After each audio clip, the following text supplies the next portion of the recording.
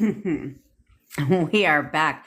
I don't know what's up with the boards, and I really don't understand what's going on here, but that's all right. We're back with a brand new edition. What's up, Fireside? I just saw your message, so I will respond, girlfriend. What's up, Lisa? Oh, I didn't even introduce myself. My name is Jen. I'm your manifestation bestie, where I teach you how to leverage the law of assumption to work in your favor. I obviously know that sounds good to you, so click that follow button, click the subscribe button wherever you're watching from. What's up, Casey? I go live every day at 10 o'clock Pacific time to discuss all things manifestation, but mainly how to leverage the law. Mainly SPs around here. If you don't like it, you could drop a question about anything else. I've manifested it all, so it doesn't matter. I only teach what I've actually successfully manifested myself. To keep with, the whole congruence thing. Yes, Mia. Also, if you ever miss a live, don't worry. I always post on the tube of you, so you can go ahead and, while you're over there, subscribe. Watch the replays. I don't care. Mute the volume. Help me get my watch hours up so that we can help more people understand exactly how to manifest an SP the right way instead of the, trash advice that's out there on the internet. Okay. Also, if you're interested in having me manifest your SP for you, or you want one-on-one coaching with me, all links are in the bio. I did get the replay recorded to the live event. Also, the email went out and the automation has been fixed. Oh God, I'm rocking it out here. That's also available. Okay. Also, text coaching. I have guided meditations, hypnosis audios, whatever it is that you need. All links are in the bio. All right, now let's get into this. There ain't nothing scammy, girlfriend, not Demi, not me. And there'll be like thousands of people that will attest to that. So I have a lot of movement happening right now. Somebody just messaged me, said she's had massive movement. So there's nothing scammy about my server, sister. Okay, so your SP says that you don't love, your SP says that he doesn't love you, Bella. How can you change that if the SP says he doesn't love you? Hey, James Button, bestie. Hey, welcome to. I'm going to do that too. So first of all, you need to stop listening, Bella, to what they said. Okay. Whatever they said out their mouth doesn't matter. Okay. So they said they don't love you, but the only reason why they said they don't love you is because you, thanks, girlfriend. The only reason they said they don't love you is because you questioned if they loved you. Okay. You questioned if they cared about you. You're questioning their feelings about you. So therefore they have no choice but to reflect that. Your SP has one job only. People in your life have one job only, and that is to confirm. That is it. That's their only job. Confirm, confirm, confirm, confirm. Hey, Haley Bestie, I'm going to reach out to you today too. Okay. And that's the only job. So if they're confirming what you don't want, that is because you are confused in your mind. So they have to push it out. If you're questioning if they love you, they have to show that they don't. Okay. They have to literally confirm. That's their only job. So if you want them to love you, then you need to, one, see yourself as the perfect girlfriend for them. And two, as someone that they love. Tell yourself that. Put that in your description of your SP, as they absolutely love me. Like, he cannot get enough of me. I'm his favorite person. He can't imagine his life without me in it. I'm the love of his life. Okay. When you come from that notion, they have to push it out. Just like if you don't want them to love somebody else. And like, let's say that they're like, hey, Lisa with a butterfly. Let's say that they're, that there's an ex or somebody that they've claimed that they've loved. You can literally be like, he never loved that person. He never loved her. You don't even have to robotically affirm that. I did that. And within 48 hours, I got confirmation. So, because I was just like, yeah, let's just eliminate that shit too. Right. So if you believe that there's like an ex-wife, somebody from their past that you don't want them to live, then you just have to tell them that he never loved her, and he will push that out. He will reflect that to you. Okay. So if you, Bella, want them to love you, you need to see them as loving you and not listening to what the fuck they say. And then don't question how they feel about you in your mind. One, definitely don't verbalize and ask him how he feels about you. But two, don't question it. Don't question it, because the more you question it, the more he's going to push that out. He said he moved on. Cool. Well, not moved on from who? Not you. Not you. You mean he moved on? No, I don't think so.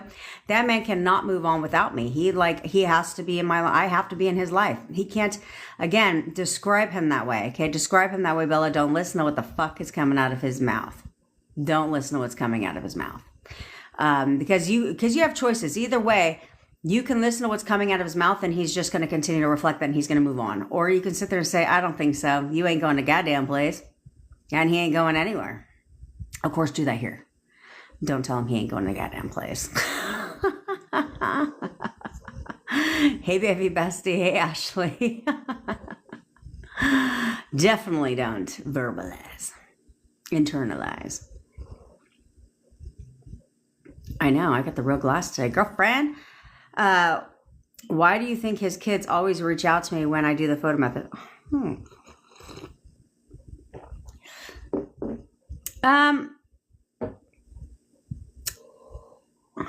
Well, one, that could be your assumption now, Lisa, because it's happened like numerous times.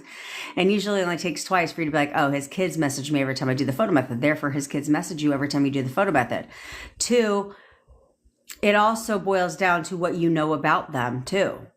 If I was to tell you to message his kids, you know that they would respond. You know they would. You also know they'd message you. So because of that, they do every time, even if you're talking to your SP. So instead, you need to take what you know about the kids and pop that shit into Dole, okay? And then create the assumption that every time you do the photo method, tell yourself that every time I do the photo method, Dole contacts me. He's the one. He's the one that contacts me, okay? Martin, can you manifest an SP from the past? Yeah, well, technically speaking, most manifestations for SPs are from the past, right? You're not with that person anymore. So that's no different. It's no different from manifesting anybody from the past. If you could have not talked to this person for 10 years, it doesn't matter. It doesn't matter. You can still manifest them back. Okay. There's no difference in whether you want to manifest a current SP, you want to manifest somebody from decades ago, or from your childhood. It really doesn't matter. It boils down to how you see that person. Okay. You have to see that person as perfect for you, and you perfect for them, right? Perfect together, and describe them differently. And they will all of a sudden be that person for you. I think a lot of you guys forget that shit. And how many times do I have to tell you guys that you need to like figure out the qualities of your SP? Why them? What being great is not a fucking description of your SP. Oh, they're just so nice. They're my second half. Well, then what the fuck is your second half? They're like me, the male version. What's that? What is that? Okay. You need to get clear on what qualities you want, what qualities they have, and also what qualities that you want in your SP. You can create whatever it is that you want from them, because it doesn't matter. It really doesn't matter. Let's say it doesn't matter, like anything that you would want. Who are they as a person, but also what do you want in a perfect marriage? We'll say, because obviously you're dating somebody because, you're trying to have this lead to marriage, right? Go somewhere. So what qualities does that person have in a marriage? You ask yourself that, right? And so when you know what you want and you're very clear, that's when the person shows up that way. I was not clear what I wanted. I knew everything I didn't want, but I was not clear on what I wanted. And so literally I was just like, I'm all done with the shitheads I've been dating. So let's go the opposite route and get clear on the qualities of this person. And then boom, here comes my boyfriend, who I have seen for years, but I never paid any attention to him at all. I seen him because the second he came to the pool that day, I messaged my friend. I'm like, damn, the maintenance guy's hot. So I knew who he was, but I never saw him that way before. It might have been the nerdy ass uniform they had him wearing, but it was a stupid hat, really. But I never saw him that way before until I got clear on the person that I wanted. And then boom, here he comes. Here he comes walking in, my Prince Charming. That's all it takes. That's literally that's not all it takes, but that's the main premise of it. Okay, is to see the best in somebody. Like I was talking to somebody earlier today. I said, here's the thing. I tell you guys, you can manifest anyone back you want. Anybody at all. You can manifest somebody whole ass new. It doesn't really matter. But why this person? So if you want to manifest this person back, how the fuck hard is it for you to see the best in them? to see the good in them. Why would you want to manifest anything less than that? That doesn't make any sense. I don't want to see, I could care less about any of my other exes. Therefore, I really don't give a shit to how I see them. It doesn't matter to me. I never see, I don't have that, it's just my personality where I don't have the energy. I choose not to spend the energy on things that don't serve me. So if you think I have any like ill will or any negative perception of my exes, I really don't, because I don't care. And what the fuck does that say about me? Let's be honest. If I saw nothing but the worst in all of my exes, well, what the hell does that say about me? Right? It's like, so you got really, really bad taste in men, you know? So instead I like to think I had somewhat of a good taste in men. Couple quality flaws. But like everything else though, I'd like to think I had good days. So why do I look like throwing shade their way? Because it's a reflection of you. So let's not talk shit about all of our exes. Okay, because remember, you're carrying that into your current relationship. And we don't want that, do we? I don't think so. Flashy, stay the course, baby, because you know what? Whatever has to happen for you to get your manifestation is what's going to happen. And you'll get the confirmation when the confirmation comes. That all this was for the greater good. For the greater good. But at the same time, don't think that you can't reach out to him. You can reach out to him and see how his week went. It's Friday, right? Like, hey, you know, how was your week? Doesn't matter. I mean, you guys were talking daily, so I don't think that is a bad thing to do. Hey, CC Bestie, I got to respond to you, girlfriend. What do I think about scripting, Bella? Well, I don't think there's anything wrong with scripting. I talked to somebody yesterday that was doing the 3-6-9 method. And she's like, do you think I still need to do that? I'm like, not really. Did you have to script your breakup? Did you script right now, Bella? Did you script him telling you he doesn't love you? And he's moved on? No. Yeah, right? You didn't. So because you didn't script about the breakup, you don't have to do the same when it comes to the makeup. You just have to take a look and say, okay, well, what caused all this? My thoughts. Me questioning how he felt about me in my mind. Me wondering if he even wanted to be together or where this was going, which is what led to him confirming everything I did not want him to confirm. So if that's what caused the breakup, then all I have to do to create the makeup is that, but the opposite. Think good, positive thoughts that I want him to think. Right? Scripting is not bad if that's your shit. I don't like to write. I don't even like writing video titles down. So I'm not like a writer like that. So I don't script. Can you script? Sure. If it helps you out, sure. Why not? You know, everything boils down to your assumptions. So if you believe that scripting is going to work, great. But if you're only scripting because somebody told you to fucking do that and you're like, I hope it works, then it's probably not going to work. Right? Because you can script. It's still different than journaling in the beginning of your day, right? Or gratituding. And you can do that. But the key is throughout the day. How are you looking at him? Right? If you only want to script in the morning and then the rest of the day you're walking around thinking about how much he doesn't love you and what an asshole he is and how much he moved on, the scripting ain't going to do a damn thing. Because the rest of the day you're thinking against what you're scripting. So you can't do that. You can't do that. So your thoughts have to be in alignment with what you're doing. Okay? So if scripting is your shit, script. If visualizing is your shit, visualize. It doesn't even matter. There's no right or wrong. There's no right or wrong way to manifest. It's whatever you assume is going to work for you. But you have to create the assumption first, right? You can't just do it and then be like, well, where's it at? I've been doing this for 72 hours. You have to create the assumption first. And I think a lot of you guys forget that shit. A lot of you guys forget that. Depending upon where your mental state is in the beginning, things can happen very, very fast. If you're motivated and disciplining your shit and flipping, like, it's almost like if you can get really good when you decide that you want to manifest your SP back, you're like, okay, I'm going to flip that switch. Like, I'm just going to flip the switch. And I'm just going to only see him as the perfect boyfriend that I want. And yeah, I'm going to affirm and I'm going to change my thoughts when they come up. You can see movement very fast, but some of you guys a fair amount of you have a whole lot of resentment with your SPs. They did this, they did that, they did this, they said that. How do I drop the old story because they did this and that and this?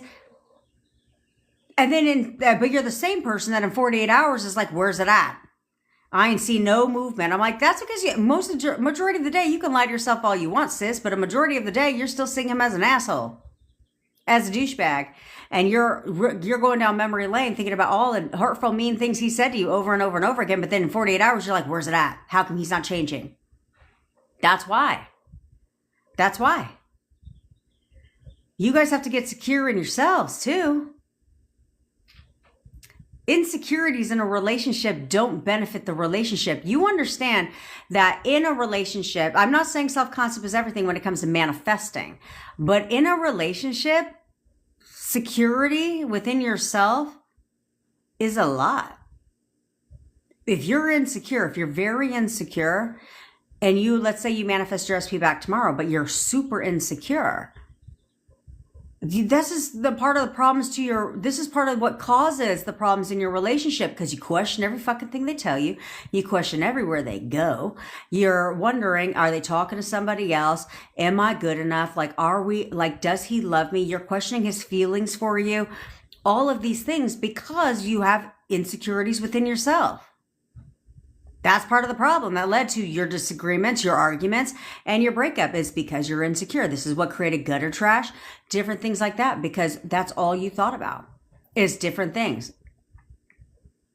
And you're questioning how he feels about you. You should fucking know how somebody feels about you because you should know who you are. You're not a psycho. We can leave that shit to gutter trash, okay? But you should know who you are as a person. I'm a great fucking person. I'm a perfect girlfriend too, period. Like, I know who I am. So if my boyfriend goes somewhere, do you think I have to blow his shit up? No. For what? For what? So he can come home all fucking annoyed because all I did was blow his shit up? Nah, not the vibe. Not the vibe. If I want him to contact me, because it's been like a while, then I just look at his phone and be like, you're contacting me. You're calling me right now. Then he calls me. I don't need to push it. I don't need to wonder what he's doing every waking second he leaves, because it fucks you up in the mind. You know, it's like mind games, right? You're playing mind games with your own ass self. You're doing it now. You're doing it now. And you don't flip that switch, guys. You don't sit there and do one thing now and then all of a sudden get back in a relationship and you're a whole different person. Nah, I don't think so. I don't think so. It's everything's patterns. Remember, everything's patterns. So where you're insecure now, you're insecure in your relationship. You're insecure within yourself. You need to stop doing that shit. Stop thinking you're not good enough. Because they dated you already. What part of this is unclear? They dated you already, obviously. And a lot of you guys were in a relationship with this person for the long ass time to all of a sudden think that they didn't care about you. That they don't love you. Well, I don't know, unless you date a complete psychopath. How are you going to be with somebody for, even we'll say if you've been with this man for over a year, how are you going to be with somebody for a year? How are you going to have a kid with somebody? How are you going to do all these things with somebody and then be like, oh, by the way, I don't even know who the fuck you are, bitch. We broke up and all my feelings gone. That's not how that works. Because humans are wired the same. When it comes, look at your feelings. You still love this person, but you think he just, doesn't feel anything for you anymore? That's not true. That's not true. So stop beating yourself up over it. Okay? Do we have to believe the good assumptions we have of them or the way we flip the story? No. You don't have to believe the good, you don't have to believe, no, Lisa, you don't have to believe what you're saying, but if it's an assumption, it is a belief, okay? So it's like you do believe your good assumptions. You do believe your assumptions because if you didn't, they wouldn't be assumptions, okay? Assumptions are what you know, which means that that's a belief, okay? So you don't have to believe what you're saying, but when it's an assumption, you do believe it. And unfortunately, it's the negative assumptions. And the reason for that is because that's what they're constantly confirming to you. So it's not hard to assume that that's how they feel. That's all that stuff because that's the state you're in now. That's how you're viewing them. And so they're doing nothing but confirming that to you. And so you're like, see, you don't know what, like he just keeps confirming that he's an asshole. Because that's an assumption you have of yours because that's how he's been treating you for a while. Right? Because that's the version of him that you've selected. So it's not hard for that assumption to be created. So now you're trying to create a new assumption. But the way you create the new assumption that's against what you're getting now is one, by persisting in the version of your SP that you want, even if he's not reflecting that at the current second. Okay? It's the same thing when you're a parent to a child. Because that's how you have to treat these SPs, like children. Like they're children. Okay, when your child pisses you off, do you just sit there and assume that your child's just a fucking monster terror asshole at 3? No, you don't. What do you do when your child makes a mistake, right? You're like, she's going through that moment, but, she's a good kid. We justify, but for the positive when it comes to our children. Hell, they got arrested. You're like, but they're a good kid. They're really a good kid. You're like, bitch, they're in fucking jail right now. Yeah, but you don't understand. They went through a lot in their life, and they're just a good kid, though. But when it comes to your SP, they say one thing, and you're like, fuck him. He's an asshole. But you don't say that when your kid gives you a fucking attitude, do you? No, you don't. What do is you persist in getting the behavior turnaround for your child. It's no different than a man or a woman and being like, excuse me, who the fuck do you think you're talking to right now? My sweet, amazing, amazing boyfriend would never talk to me that way. He talks to me, he is so respectful. As he's telling you to go shove it, you're like, he is so sweet. God, he sings music to my ears every fucking message.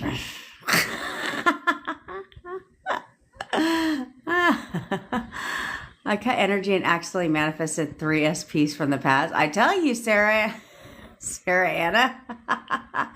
Bella, we do that. We do the cord cutting here on my lives, but it's also in my profile. So if you go to my profile, there's a trilogy of me wearing 3 red shirts. It's the first one, the first video of my red shirt trilogy. That's the cord cutting that we do. But we do it every day here if you hang out for a while. Okay. Oh, wintering. That's a stretch for me. Sorry, my friend. Sometimes the F word just pops out. Hey, Elena. Okay, KC, you've manifested everything good about SP, but them not losing all contact with gutter trash. Okay, so you need to persist in the gutter trash because understand that gutter trash can leave at any time. They can leave at any time. So there's 2 reasons why he still hasn't lost all contact with gutter trash. The obvious one is because of you. Okay, because you're still breathing life into gutter trash. Okay, so if you're still breathing life into gutter trash, like let's say your SP is because I dealt with this, girlfriend. So it's like your SP, everything is great with you and your SP, but you still have those thoughts like, is he still talking to gutter trash? Right? Is that done? Is he still like talking to her at all? Right? Any of that, any type of those thoughts are what's keeping gutter trash here. It's what's keeping gutter trash here. Versus if you were to sit there and say, nope, he fucking hates her. She's gone away. Nope, she's gone away. Every time you think about it, nope, she's completely gone away. In fact, she's moved on. She's found someone else. She's gone away. Then you get rid of her. But you can't breathe life into that because you keep her right here. Even if there's nothing going on between them anymore, she'll still try to rear her fucking little ugly ass head in. She'll still try to invade your lives because you're breathing life into her. You're keeping her here. That's the one thing my boyfriend who doesn't believe in manifestation. That's the one thing he said. Is he's like, can you stop talking about her on your lives? And I was like, okay. I mean, it's part of my story, but okay. But then that's when he said that, he goes, but you're keeping her in our reality. I was like, that's actually true. Okay. That's actually true. And so therefore I'm like, now that's why I say, if you guys want to know my story, you can go check that shit out on YouTube. And I don't really talk about my story anymore because I'm not like on here because I'm not trying to keep her in my reality. Like, bye ho, bye, you know? And so even he said that because he noticed that, like, she can't go anywhere. Like, I want her gone, but you're keeping her here type of scenario. And so if you get her, if you discipline yourself when it comes, this is why you can't stop. Discipline yourself when it comes, get her across, she'll exit. She will exit. And she may very well be the reason why you get your full manifestation. So don't worry about her. But don't view her as an obstacle. Just keep going. Just keep going. Bernadette. My SP has such a cold heart. Oh, well. And stingy on spending. How do I change him through thoughts? Well, you can stop by saying he has a cold heart. Okay? Let's stop with the cold heart, because cold heart is exactly that. Right? So instead it's like, no, he has the biggest heart when it comes to me. He is so loving. Describe everything that would be the opposite of cold heart. Okay, about your SP. And stingy on spending? Absolutely not. He is constantly spoiling me. He loves to buy me gifts. Like, he is constantly providing for our future. Like, he loves to spend his money on me. Okay, that's how you have to see him. But as long as you see him as stingy on spending, that man could have $1 million and not spend $1 on you. Okay. And as long as you see him as having a cold, icy heart, meaning that ain't going to change. He's going to be a dick until you describe him differently. Okay. And then you change him through your thoughts by how you see him, how you describe him.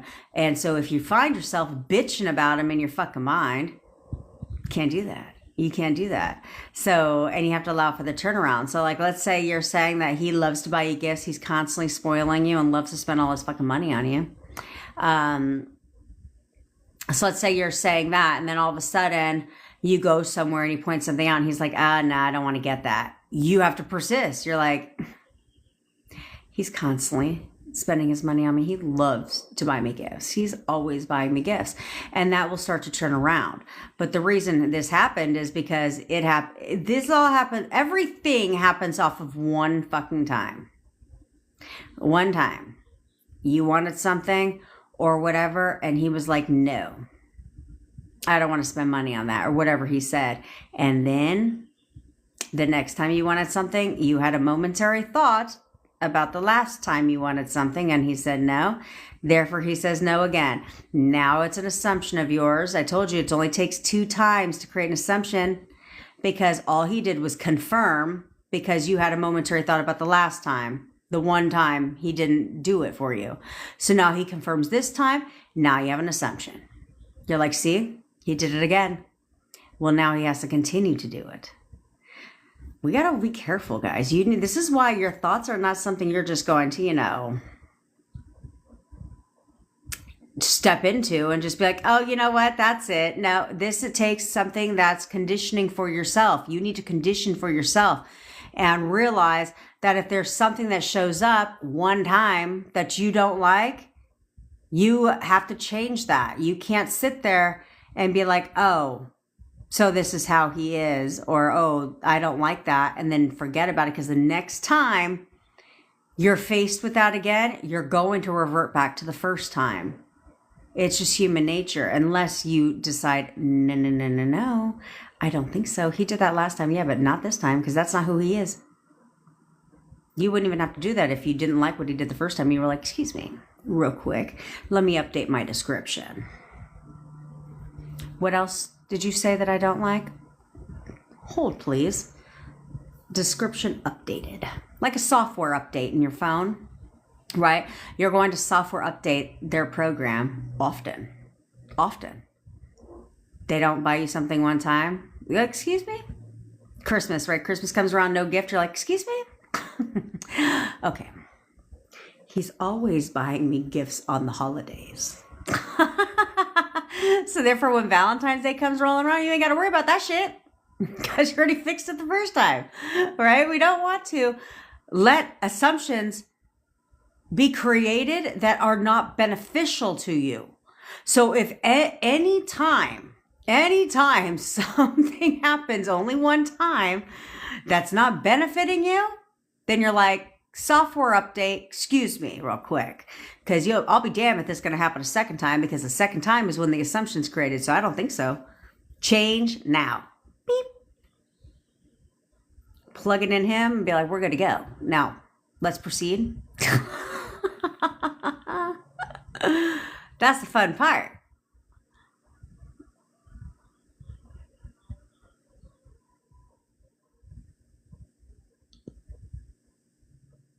Okay. James Bunny Button, excuse me. For me, loyal, family-oriented, animal lover, affectionate, healed, and growing with me. Yes, I mean, you guys should always take things too as part of your descriptions of your SPs. Take a look at them. I want you to take things that you think, right? Because we have to take some assumptions that we have. You know, like, who the hell has time to override every fucking assumption they have? Because some of them you're not aware of. A lot of them you're not aware of because they're at the subconscious level.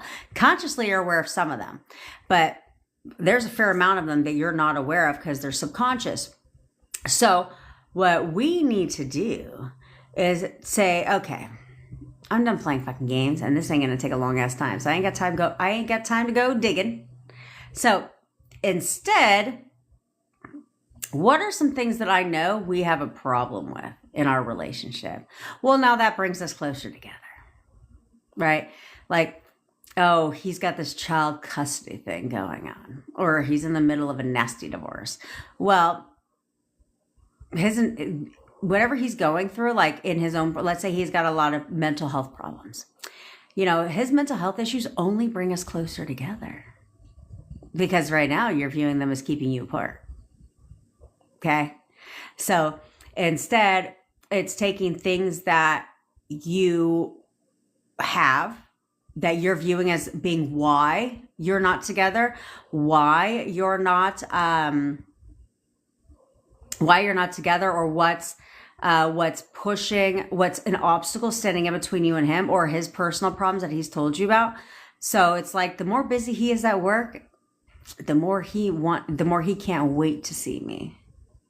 Right? The more he has to see me, the busier he gets at work, the more time he makes for us. Okay. So therefore it's like, he's told you this shit. We ain't got time for that shit. So let me make it work for us.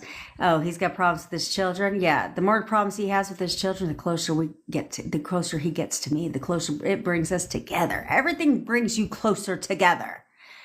Every time we have a disagreement, it brings us closer together. He falls more in love with me. Every time I tell him to go fuck himself, he falls more in love with me. Just kidding. Don't do that one.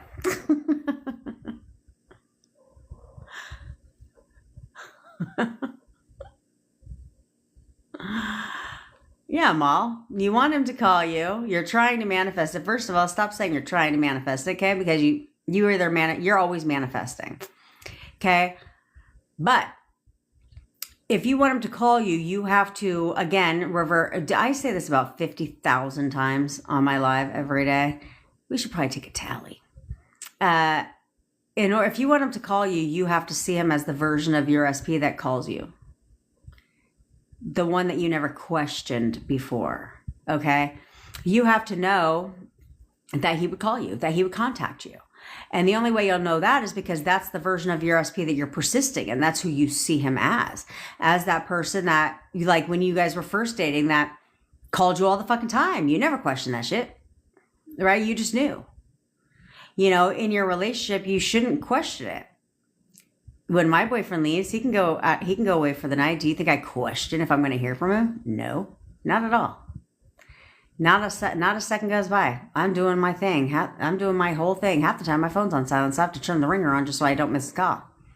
But half the time, I'll miss a call. So I don't question if he's going to call me. I already know he is. Okay. So same with you. You have to see him all as the version of your SP that wants to talk to you. And then they'll call you. Okay. So if you want to head on over to my profile, we also do this technique, if you will. We do this method on my live every day. It's called the photo method. If you go over to my profile, it's pinned to the top of my profile. It's got over 40,000 views on it. Watch that. It's the photo method. It works like a charm if you want him to call you. But you got to do what I said. You are worthy and perfect as you are. Well, thanks. I would agree with you, Abraham. Frunk, you need a taco? Frunk, you need a taco? I need a taco too. I love tacos. You know what I'm having right now? Ravioli. What's up, Liz? I'm having a ravioli. Actually, raviolis. Because there's never enough. You know what yesterday I was my boyfriend says this is why. He's like, this is why you probably have stomach issues. Hey, Brittany, girlfriend. I said, why? He's like, look at the shit you eat. I was like, I had a chicken sandwich for dinner. Then I decided I wanted pasta. So I had a bowl of spaghetti. Then I had a banana Twinkie. Those fucking things are so bomb. I had a banana Twinkie. Then I had some Kool-Aid. Yeah, I drink Kool-Aid. Then I had, he says, and so he's like, you see what I'm saying? There's no theme to what you eat. No, there is not. There's definitely not. Whatever I'm in the mood for, that's what I'm having. And then when I'm done scratching that itch, if I'm in the mood for something else, I have that too. If we're having hamburgers and tacos for dinner, guess that's what we're having. We were supposed to have pizza tonight, but now we're having fried chicken. I love fried chicken. Okay, Mara, I digress. How do you saturate your mind effectively? Mara, you have to saturate. Well, for me to saturate my mind, I just affirmed. I do it naturally. The only way, if you want your thoughts to turn off like that, then do something that keeps you busy, that causes you to actively think. Okay. If it doesn't cause you to actively think, like working, usually you're not like thinking. This is why a lot of people have a hard time on the weekend, because during the week you're busy, you're working, you've got things to do. And then on the weekend, you got a lot of time. And so because of that, that's usually when people digress, is because they're having a hard time on the weekend. I just find it natural to affirm. That's how I saturate my mind. I used to do all these fucking stupid techniques, but you know what? All that does give you a headache. So instead, I just affirm in my mind. Or take a nap. I did not take a nap yesterday. I never take a nap, actually. It just sounded good. It's what helps me get me out of bed most days. I'm like, I can take a nap later, even though I'm not going to take a nap. I'm not even sleeping anymore. It's sad. I used to be able to sleep until like 11 on a weekend. Now I'm up at fucking 7. I got to force myself to go back to bed. Okay, but that's how you saturate your mind. You saturate your mind by distracting your thoughts. Okay, by focusing on what it is that you want. That's what speeds it up. That's the thing. That's what speeds it up. It's not the affirming. It's not like, okay, if I affirm for 20 hours versus 5 hours, then I'm going to get my shit. Like, that's not what it is. But what speeds it up is thought distraction. Okay, when you do thought distraction, you don't give anything another option to get in there. So you're not battling your thoughts all fucking day long. And like 1 minute you're feeling good, the next minute you're not. 1 minute you're feeling great, the next minute you're spiraling. Then 1 minute you're feeling good, then the next minute you're arguing in your mind about this or bitching about this person. And there's so much wavering back and forth like a ping pong game. And so because of that, I was like, I'm just going to distract my fucking thoughts all day long. So I don't give anything another fucking option. And so because of that, it speeds up. Why? Because what's there to waver about? I ain't got time to do that shit. And there's no time to waver. I'm busy. I can't bitch about my SP all fucking day long because I'm busy. In here. I'm busy. But for me, it wasn't a job. This is not something where I was like, oh my God, if affirming for you is exhausting, it's because you're putting way too much pressure on it. It should be affirming to you in your mind should be no different than you hearing a song come on the radio and you're fucking singing. That's how it should be. It was not a job to me. This wasn't like, oh, I got to really try. Oh my God, this is exhausting. It was no different than when I put on a fun song and I was like, yeah, da, da, da, da, da, yeah, da, da, da, da. Yeah, that's exactly how I affirmed. I wasn't rocking it out, but you know what I mean. I would affirm. In fact, I'd get fucking annoyed if I was at the pool and somebody came and sat down and wanted to fucking talk. I was like, what are you going to talk about? I'm busy. I am fucking busy. But then again, it was the same thing, right? And then guys got to be careful what you're saying out there in the fucking streets. You got to stop telling everybody your goddamn business. Stop telling people your business. Well, how are you and this person? I don't know. Mind your own fucking business. How are you and your man? Do you see me asking about you and your ex? Like, mind your own goddamn business. Shit. I don't sit there and ask you about your relationship issues, do I? No. So stop talking about mine. You know, if they're talking about, and this is where boundaries come into play. If they're talking about your SP in a way that you don't like, be like, look, honestly, I'm going to ask you to stop or I'm not going to talk to you. Do you think I give two fucks? No, I stopped talking to my mom for a fair amount of time because I had to kick her out of my place twice. Twice I had to kick her out of my place for disrespect because I felt she was, as my mom, I felt you out of all people you're being very disrespectful and you're in my fucking home. And if you think you're going to come in my home and disrespect me, I don't think so. And I don't give a fuck who you are. I've never in my life kicked my mom out of my home, but I've had to do it twice because she was disrespecting she wasn't disrespecting my boyfriend, but she would call him my roommate. She'd be like, well, you know, your roommate. I was like, why do you keep calling him my roommate? You know he's not my roommate. Let's grow up. And why do you give a fuck? Are you dating him? No. Is this impacting your life? No. So why do you care? I said, so stop talking about him. I said, I don't even like talking to you anymore because all you do is talk about him. It's got nothing to do with anything. Stop talking about him. And if you're going to talk about him, say nice things. And if you're not, bye. Bye, because this is my life. This is your life. So what do you look like having people come in your life and want to sit there and tell you what you should and shouldn't do, who you should and shouldn't be with, and then go on with their fucking life? That's fucking stupid. That's stupid. I don't sit there and tell my friends who the hell they should and shouldn't be with. So they're not going to tell me who the hell I should and shouldn't be with. They're not the one fucking him. They're not the one dating him. They're not the one that's going to marry him. So what do I give a shit for? But if you're my friend, if you're my parents, then you should respect my decision. I'm not crazy. So you should respect my decision. And if you can't kindly see your way out my reality, die. I didn't mean die. I meant bye. Bye. Okay? Because I don't have time for it. I don't have time for it. Hey, Patriots, bestie. See what I'm saying? So I really would. Hey, Dade, I'd really suggest. Hey, Kathy, you guys set some fucking boundaries with your family. Or your friends. Or anybody, because I'm not going to sit there and I don't care.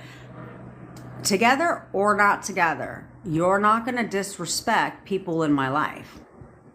You're welcome to have your opinion, but unless you want me to give you my opinion about your relationship, I highly suggest you shut the fuck up. I told you I would have fun with my friends. I'd flip that shit on them.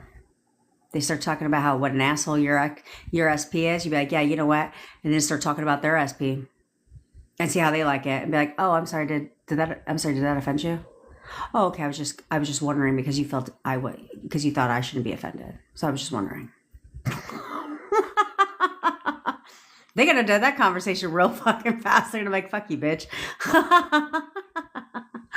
but in a loving way. And again, it's just my personality. You do not have to be a part of my life because we're blood related. The fuck does that mean? I don't think so. Just because we're blood related doesn't give you carte blanche to disrespect me in my reality and to violate my boundaries. Nah. I don't think so. But I'll change them in my mind. But you know what? I ain't got time for that shit right now. So I'm on to more pressing matters. So if that just means I don't need to talk to you to preserve my own energy, that's what I'm going to do. How do I deal with the circumstances if the past week everything has been going bad due to my action? Priya. Well, Well, Priya, you deal with the circumstance.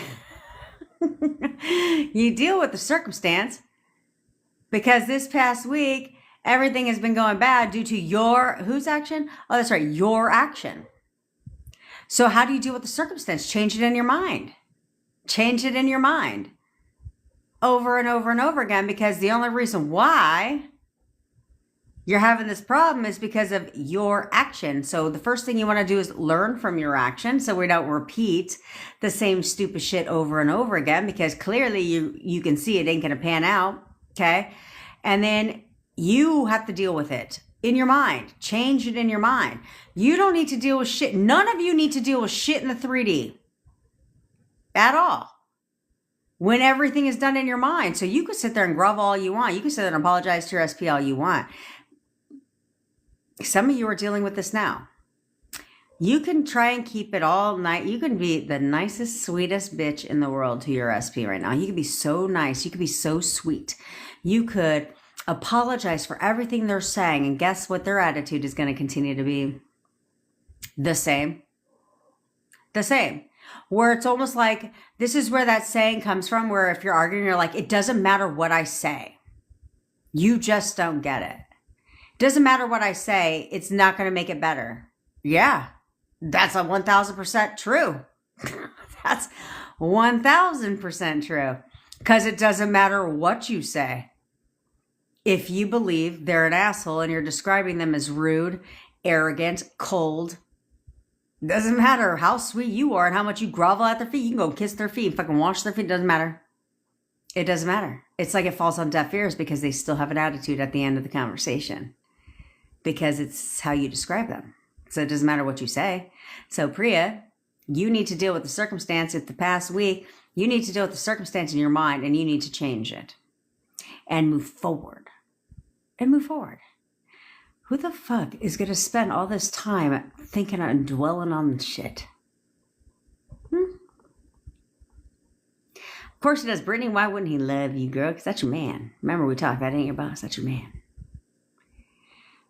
Kathy, if you're getting mixed signals, it is because you're inconsistent. Okay? Again, write this down. I want everyone to write this down. My SP has one job: to confirm. That's it. They don't have any other job but to confirm. So if they're confirming what you don't want, giving you mixed signals, this is feedback. So you say, I'm getting mixed signals, which means that I'm inconsistent in my thoughts. He's only giving me mixed signals because one minute I think he wants to be with me, the next minute I think he doesn't. One minute he wants to be with me, the next minute I think about what he said and he doesn't.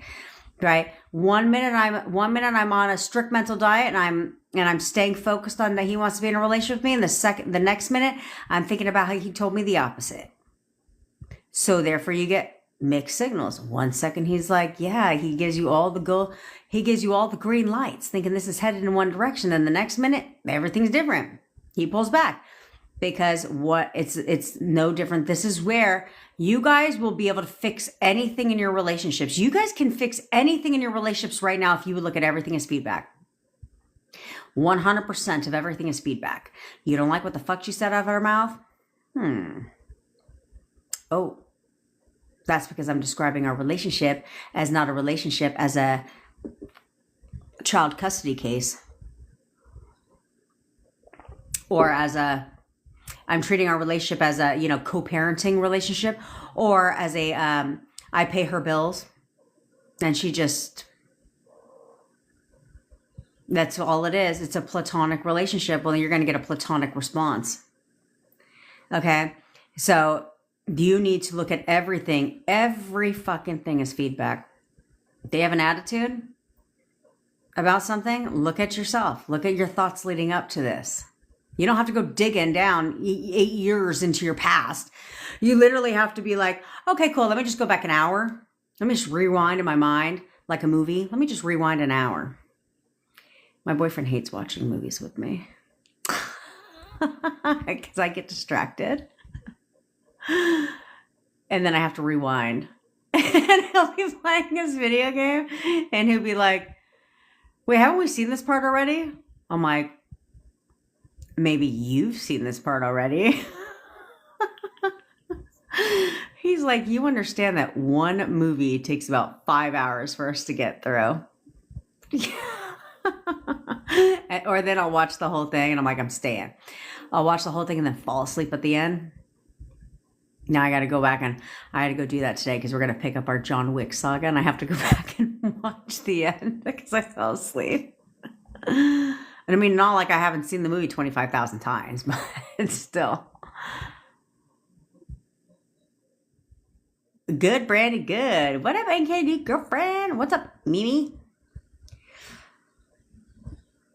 Yeah, Bella. Well, if you want to stay together, okay, the reality is at the end of the day, if you want to stay together, you've been together for 3 years. If you want that to be 4, 5, 6, 7, and 8 years, then you're going to have to change. It only takes one person to save a relationship. Okay, so you're going to have to change. You can't verbalize anymore. You need to internalize. We don't need to do any of that shit. Instead, it's like, oh, instead of doing this, you do this. You'll do what the fuck I say. Because in here, don't even trip. Don't even trip. I got you, babe. I don't even need to argue with it. We don't even need to argue anymore. Don't even trip. I got you. I got you. You'll do whatever the fuck I want you to do. And because you're spiritually asleep, I'm fucking perfect. I don't need to change shit. You, on the other hand, we need to make some adjustments on. Me, on the other hand, nah, I'm perfection. I'm perfection. Don't worry. You, on the other hand, are not. That's okay. That's why you laugh. That's why you should laugh when they tell you that you need to fix some things about yourself. Be like, you're absolutely right. There is one thing I need to fix. Description of SP. He thinks I am perfection. Software update. I just fixed what I needed to fix. Thank you very much. So SP has saying, okay, so SP has been saying both him and Gutter Trash has lost feelings, but I think he doesn't want to make the first move to leave, and neither does her because she doesn't want to see him with me.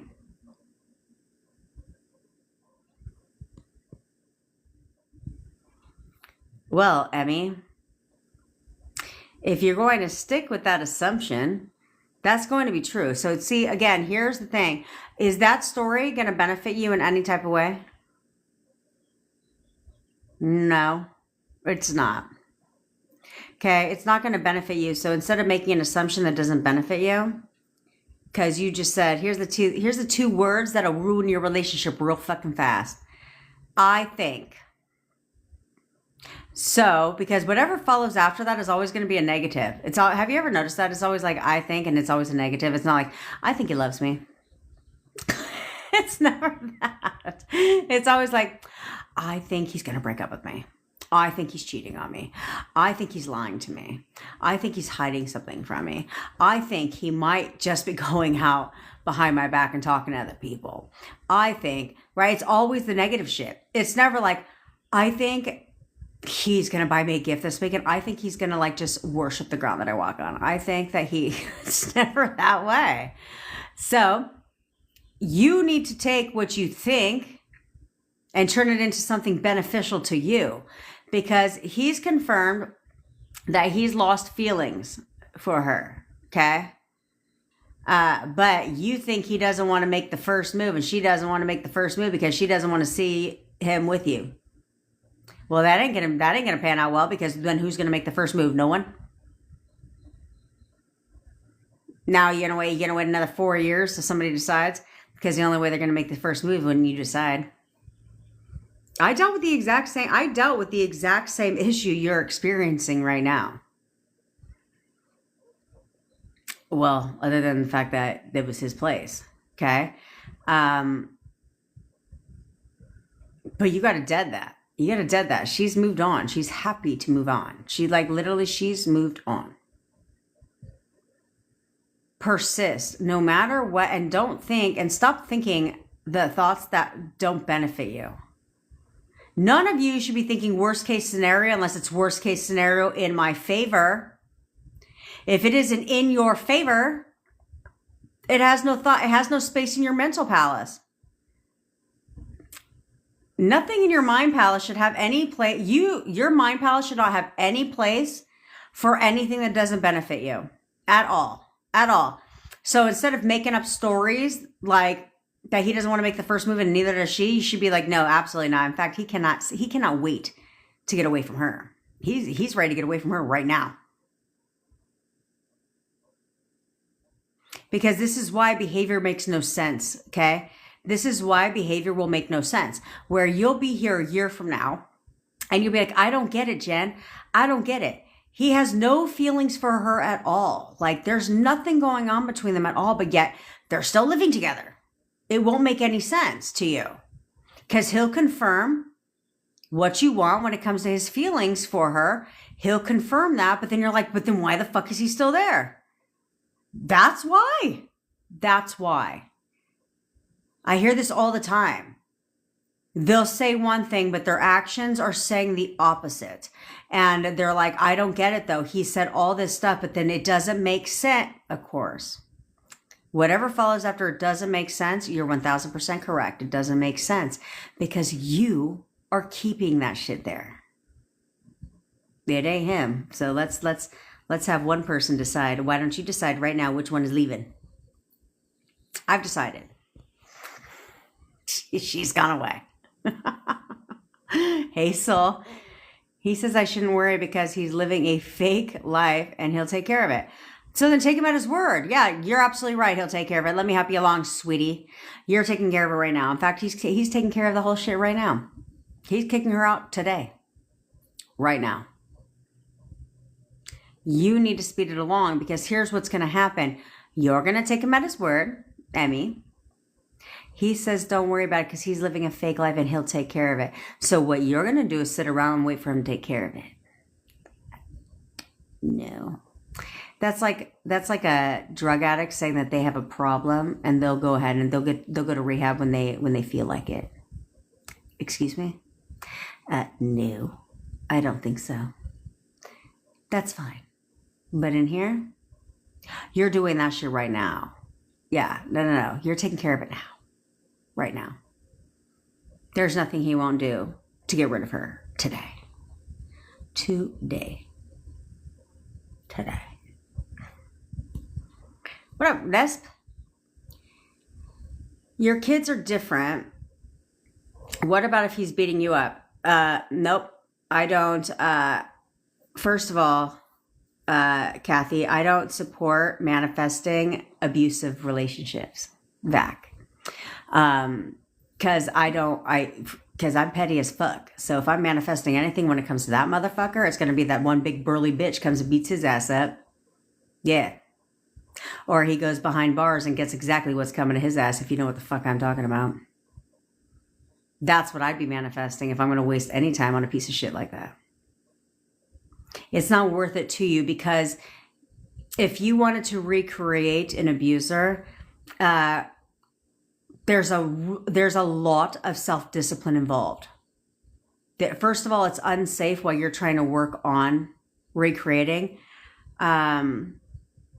But there would be there's a lot of discipline involved. Okay, you would have to persist in the perfect boyfriend for you 24/7. Because anytime, like let's say he changes. Let's say he's like good, right? When things are good, things are good. But then the second that person gets angry, you could not revert back. You would have to see them only as the perfect boyfriend for you. Perfect. Because if not, and it's easy to do that because I was in a relationship like that. So I can speak on it. I was in a relationship like that. And if you don't, the second there's a tone change in here, you're going to revert back to the last time. And then he's going to do it again. See what I'm saying? So there's a lot, like a whole lot. People can't even discipline somebody who's not like that. So it's like there's a whole level of discipline involved for that, for you to get the full turnaround. And that people find hard to do because you'd have to break all the old mental patterns. You'd have to break them all. And there's a whole level of discipline when you can go find somebody that treats you how you deserve to be treated, who respects and loves you, right? Who would never, ever lay a hand on you.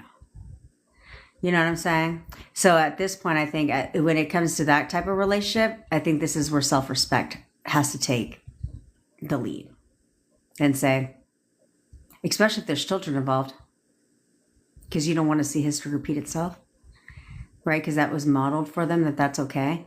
So, yeah. Hannah Manifest looks, Jessica, you need to figure out who you want to look like. And you can manifest, it depends. If you want to manifest the perfect nose job, you can be like, I have the perfect nose. Your subconscious mind knows what that is for you. I have the perfect nose. Like, I literally have the body of a supermodel. Maybe there's a celebrity you really want to look like. You know, maybe it's Taylor Swift. She's getting married. We'll talk about her. Maybe Taylor Swift is who you want to look like. You could be like, I look just like Taylor Swift. I literally look just like Taylor Swift. And you will. You'll start to, this is why they say there's doppelgangers out there. I've yet to meet mine, although people told me it was Christina Ricci, but I was hoping it was more like, you know, somebody duper. Every time we don't talk, he misses me even more and wants to talk to me. Yeah, Bella, you can say that.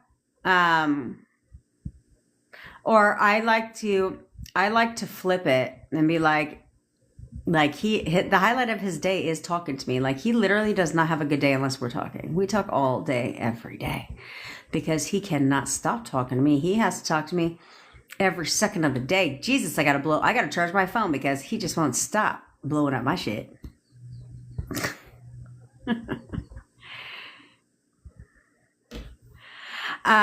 Demi, has a manifest for me ever not worked, and what did you do about it? That's a double-edged question. Okay, so has it ever not worked? Yeah, like anything. There's never like, well, that's my mission. My mission is to have 100% success rate with all my clients, period. Because it's like a diet saying, has it ever not worked? Yeah. Because there's obstacles. You could have obstacles that are blocking it. So a lot of people will like do manifest for you for like 7 days or 30 days. And after that, sayonara. But I try to set you guys up. This is why we jump on a phone call, because I try to set you guys up for success, right? And if you're not seeing movement, then this is why we talk again, because something is blocking the movement. Okay, you have to play your part, because I'm not going to manifest for you and then you screw it up. I had somebody do that. 48 hours, she got contact and then she fucked it up. So we had to get on a call. She fixed it. Now they're fine. Now they're great. Okay. And there's other things you could be creating obstacles that are working against what's manifesting, because I'm not bringing your SP into my reality. I'm bringing him into yours. So you have to see your SP as your perfect person, right? Plus, then you have to understand that they may come back a certain way, right? And so forth. And then on top of that, you may be completely counteracting what it is that I'm doing on my side. So that's where I try to help you as much as I can for you. But I don't stop until they come back, which we can't say about, well, anybody else. Most people put a deadline on it. 30 days. There's no guarantee. And then after that, sorry.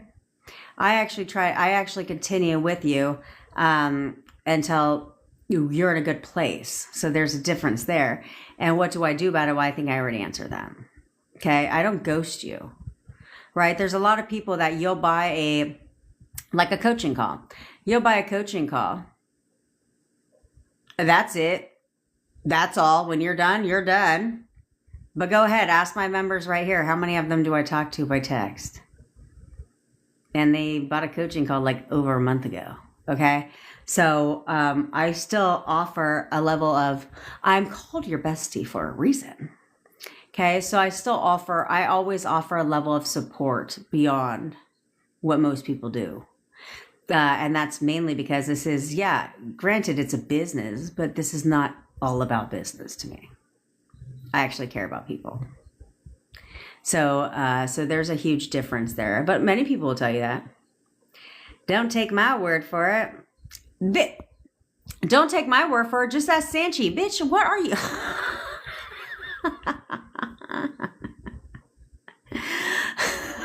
Sanchi. She'll be on the live, but then she'll send me a text in response to what I say on the live. She kills me with that shit. But I would have, but I can't talk to you at 7 p.m. my time, bitch.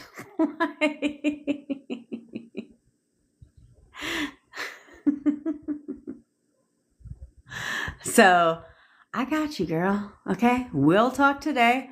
I have a break, just not at 7 p.m.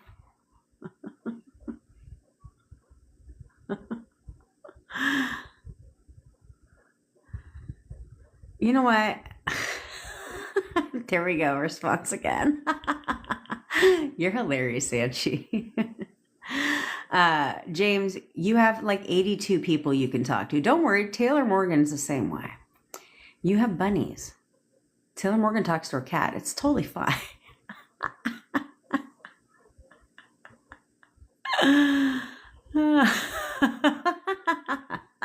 I love Taylor. I know. Can you believe it, Sarah? My roommate. I was like, let's have some fucking respect around here.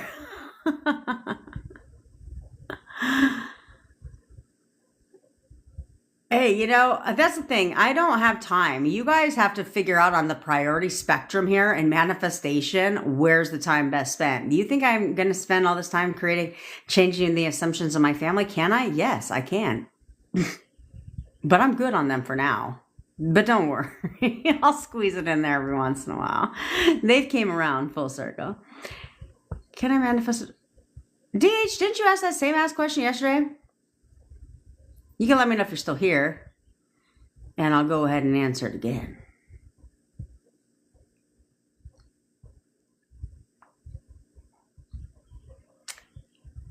And what if you think the very best of them, but still are absent? Charlotte, so that's where affirming comes into play.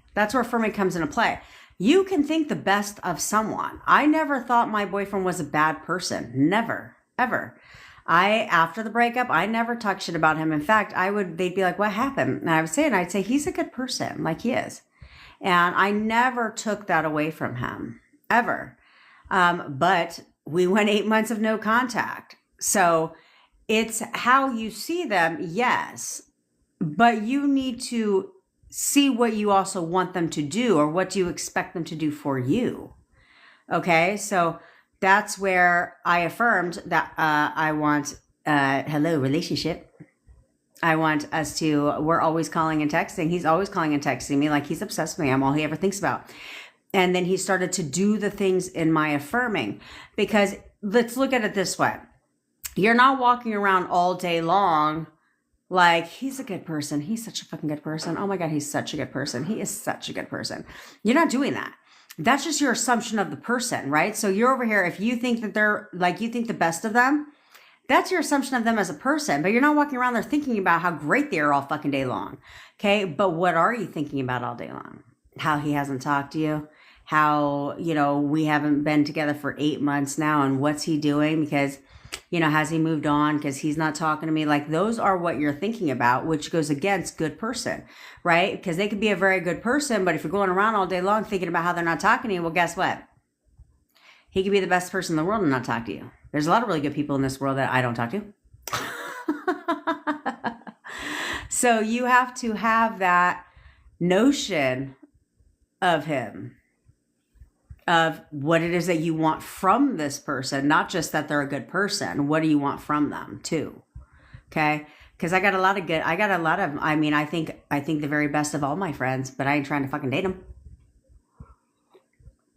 There you go, Kathy. Now take what I said I would manifest if they were in the slammer.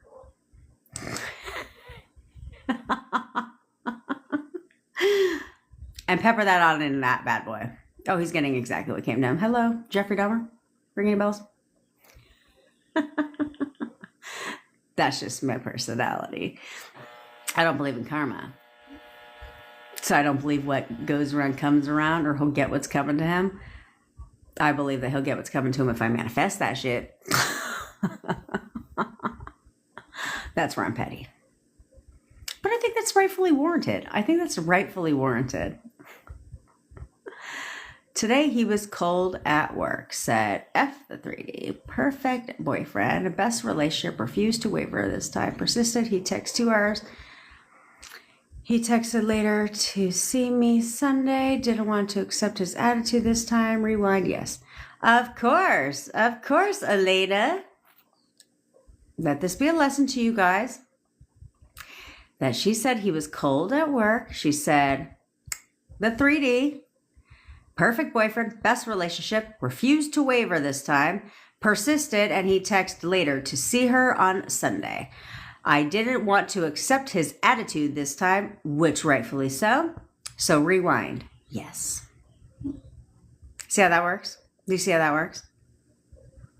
Because what did she say she did? Oh, that's right. She said this to the 3D when the 3D shows you the opposite. I don't think so. Don't say it in the comments because we can't say it. That's what she said. And then she said, perfect boy. Oh, I guess it doesn't matter. Then she persisted in perfect boyfriend, best relationship, and refused to waver. That's where the growth happens, guys. That's where the growth happens, when it's easy to persist in perfect boyfriend, best relationship when they're great. But when they have the cold behavior, can you persist in perfect boyfriend? That's where the growth happens. Will you get to them? Will you let them get to you? And will you fold and cave? Or will you be like, I don't think so. Checkmate, bitch. Don't worry. I got this, honey. It's kind of how you have to look at this. When your SP is doing something and you're like, it's all right. You let mama take care of it. It's totally fine. We'll be great. Because then you have the upper hand.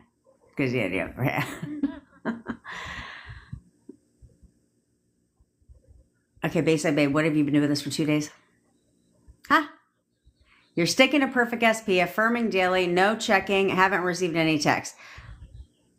Keep going. Keep going, Bayside Babe. You cannot, I know it's so amazing, isn't it, MPD? You cannot sit there and be like, okay, I've done nothing but bitch and whine for months, but I'm going to get a grip. I'm going to lock it in. And then 24 hours later, 48 hours, you're like, where the fuck is it at? You can't do that.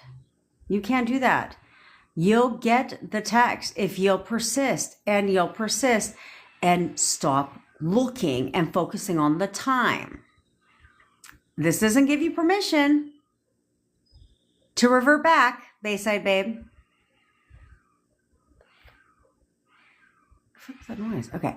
This gives you permission, Bayside Babe, to persist forward. We don't go backwards. Okay?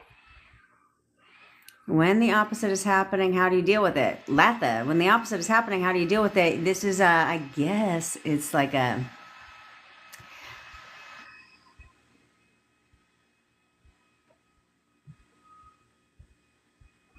You guys have to look at it. You have to look at it this way. Okay, so let's say that you want to lose weight. Okay, you want to lose weight. Obviously, you walk by a mirror 55,000 times a day. And you get naked when you take a shower and do other things. And change your clothes, do all the things, right? So that's like saying, how do you lose weight when your reality is showing you the opposite? Because your want for something has to outweigh your reality. It has to outweigh your reality.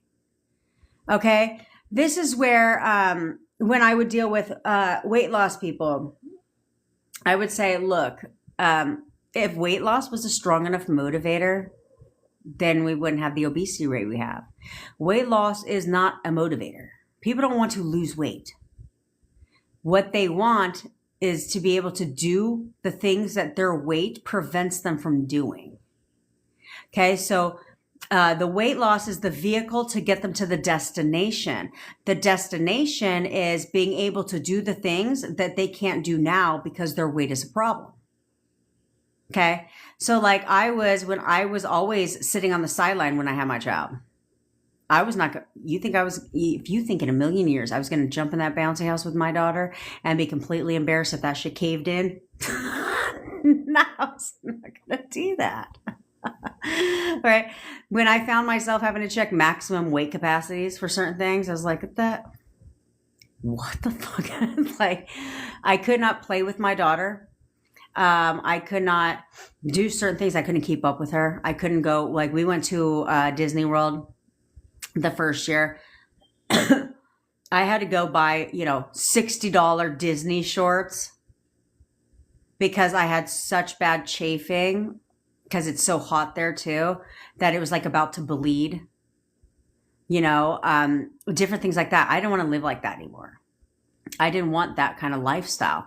So it was the things that I would be able to do if, like, wearing t-shirts in the pool, like you're fucking hiding anything when you're not,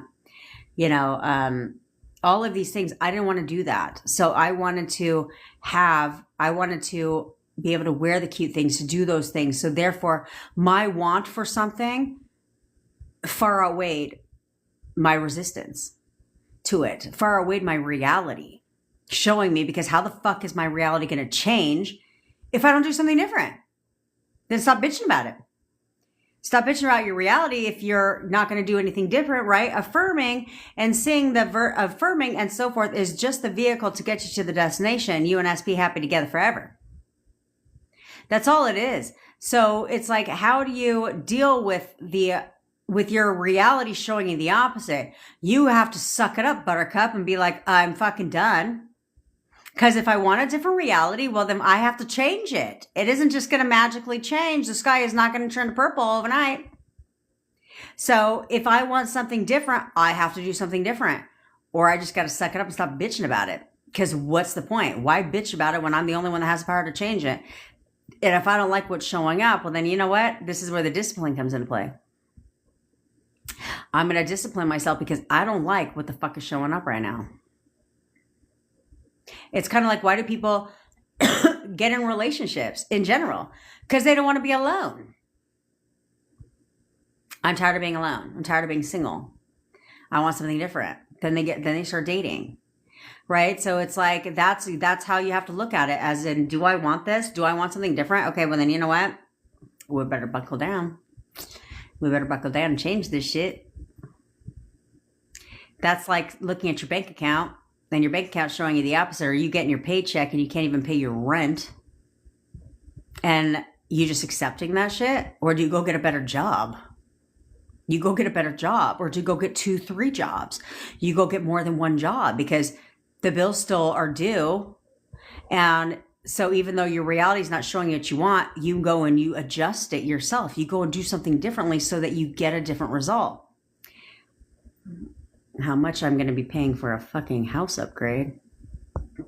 It's only because of where I live. If I could move right now to I could probably move to Central California and get and if I moved to Montana, definitely I could have a whole mansion on 35 acres land for what we would pay here. No, Kathy, you don't have to believe it. That's why I like affirming. I like affirming because you don't have to believe it. You don't have to believe it. You just have to keep saying it. Everything that you've ever done in your life is based on repetition. Okay. So you just had to keep doing it and keep doing it and keep doing it. You didn't believe it, right?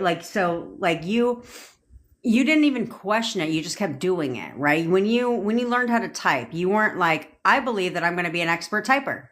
You didn't say that shit. You just did it and then did it and then did it. And now you just do it and you don't even have to look. Same with driving a car. You just did it and then did it and then did it and then did it. And now you know how to drive a car. You don't even think about it. It's on autopilot. You just get in the car and fucking go somewhere, right? Before you had to actually try. Now you don't have to try. Same with cooking, right? You didn't think you'd be an expert chef, but now you're quite a good cook because you just kept doing it and doing it and doing it. You don't have to believe any of your affirmations because the fact is you're not going to believe something when your 3D shows you the opposite. You're not going to fully believe it until you start to see it, right? Like it's one of those you got to see it to believe it type things, right? You'll start to see a change in your reality. You'll start to see them conforming. You'll start to see them doing the things that you're affirming for. You'll start to hear them tell you the things that are in your affirmations. It's a lot easier for you to believe. So it's like if you're affirming for contact, right? And then all of a sudden, you're affirming for multiple steps, but then all of a sudden they break no contact and they contact you. It's a lot easier for you to believe now that they've contacted you. It's a lot easier for you to believe that they'll contact you again. And then when they contact you again, it's a lot easier for you to believe that it'll be more consistent. And then when it becomes more consistent, it's a whole lot easier for you to believe that you're going to spend time together, right? That's why it speeds up, but you have to get over the first hurdle. And that's where people screw it up. 30. Is it possible to change someone's past? 1,000%. 1,000%. There's a couple ways you can do it. You can do revision. Okay. But there's a couple, I'm not a huge visualizer and I never really understood the whole like visualize revision because how the fuck do you rewrite or tell a difference? I always was confused by that as how you visualize a different series of events and that somehow overrides what actually happened. You see what I'm saying? So I find that sometimes that's hard because it's like, how the fuck do you visualize something other than the breakup? What are you supposed to visualize? Where your subconscious mind is like, because I get that you can do revision and bring like that your baby never stopped breathing, right? Because there was one person that did that and the baby came back to life. I can get that. But how in the hell do you sit there and take a breakup and then create a whole new visual in your mind and expect your subconscious mind to know that that's in lieu of the breakup? You know what I'm saying? Because what the fuck does that scene look like? It would look like a regular day in your relationship, right? Isn't that what it would look like? Just like a regular day in your relationship. So how the fuck is your subconscious mind supposed to know that that's in lieu of the breakup? You know? So instead, I find revision when it comes to affirming to be more effective. Like, we've always been together. We've always had the perfect relationship. Implies you never had any problems. You know, we've always had the perfect marriage, meaning there's never been a problem in your marriage, right? Things like that would be how I would recommend revision. Now, when it comes to someone else, you can say the same thing. They've always had the best luck with money. Like, literally, they've always had plenty of money. So therefore, if they have money struggles, their money struggles go away. You know, I did this to my brother and his complete life turned around. He still bitches every waking second he gets. Which is why I laugh at, because I'm like, what are you bitching about?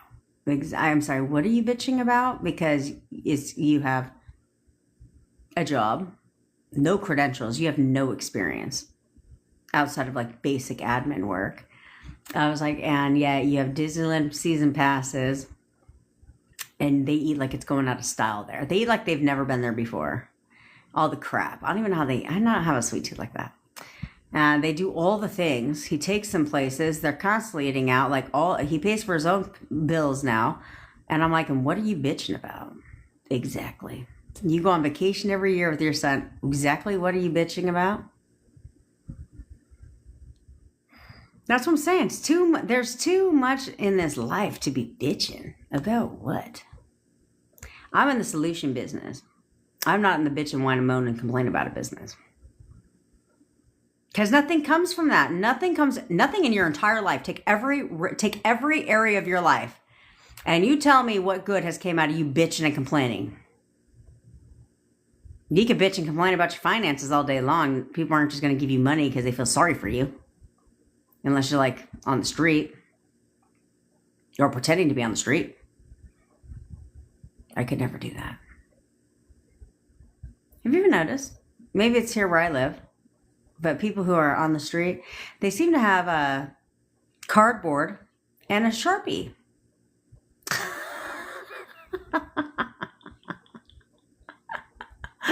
I'm totally kidding, because those are the people that are not on the street. They're the ones that like to pretend like they're on the street because they don't want to go get a real job. So they're the ones pretending like they're homeless when they're not.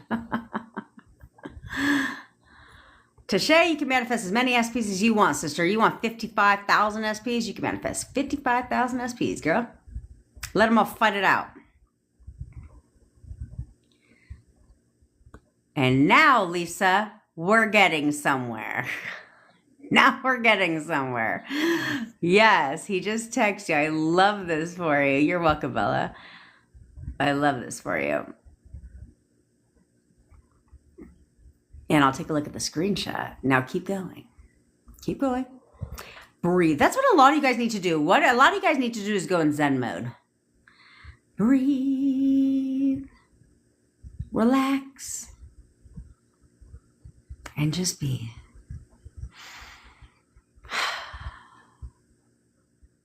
You can tell I don't do namaste. But you guys, in all seriousness, so you guys need to relax. Like, you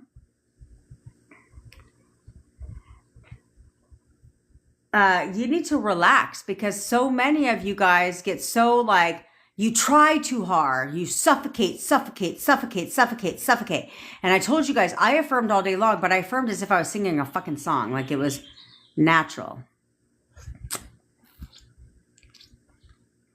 Excuse me while I ate a cold tomato from my tomato sauce.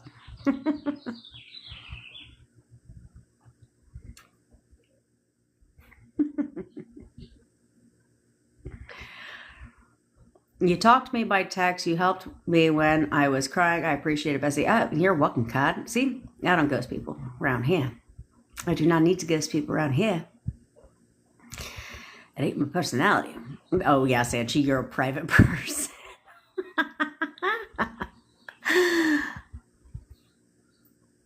Oh, man. All right, Bestie. Shoot it. I have some time today. Oh, James, I don't think you can possibly spam me. Angela says hello, by the way. Oh, I want to hear your update too. Welcome to Mo, because I've seen all this stuff. I have about an hour and a half. No, I have about an hour between calls today, but I'm creating merchandise. I really like the 3D phone case we got going on. I want to, Lisa, with the butterfly, do an in-person meet. I think we should do it by like major cities too in other states, because then you guys can meet each other, right? Some of you guys have things in common just because of location, proximity.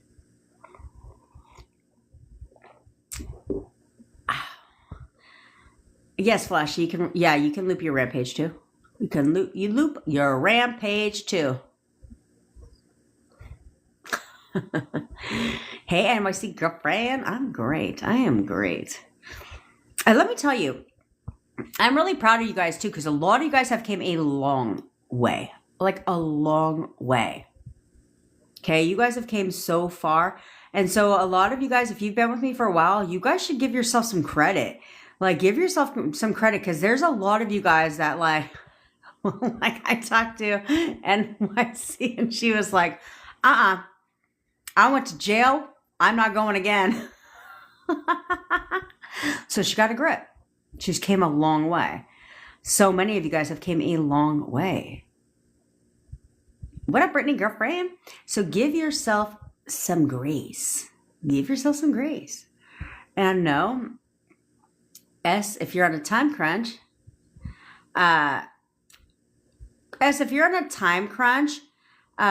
then you have to,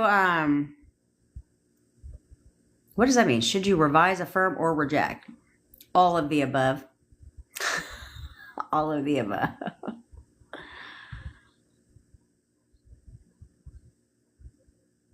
Ken. Okay, Ken. So let me dissect this. I feel excited.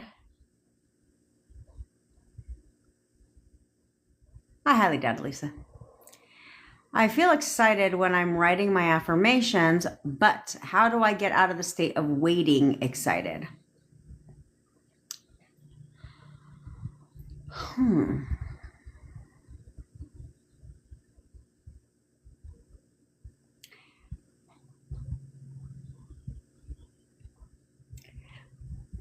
That's a good question. I guess it depends on how you're defining, and hold your questions because we're going to do the energy core cut and this chick's got to go to the bathroom. I guess the only reason you're in a waiting excited is because you're focused on the time. That would be the only reason why you're waiting excited, is because you're focused on the time. Okay, so it's like you're feeling good about affirming, but you're in the back of your mind, you're thinking about like, I haven't talked to her in 3 months. I haven't talked to her in 5 months. Like it's been 6 months since we spoke, right? Things like that. So therefore you're stuck in this, you're not waiting, like you're not in a state of waiting excited, but the only reason why you feel like you're in that state is because you've been focused on the time. Okay, versus if every day was like the first day.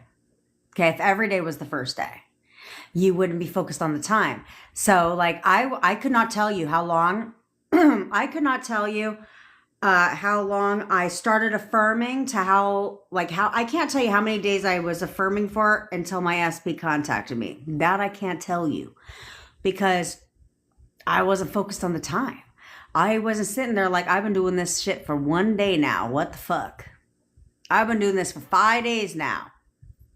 I wasn't doing that at all. I'd wake up, have my routine, get it popping. And I'd go about my day. I do it all day. I do it as much as I can throughout the day. Next day, wake up, same shit.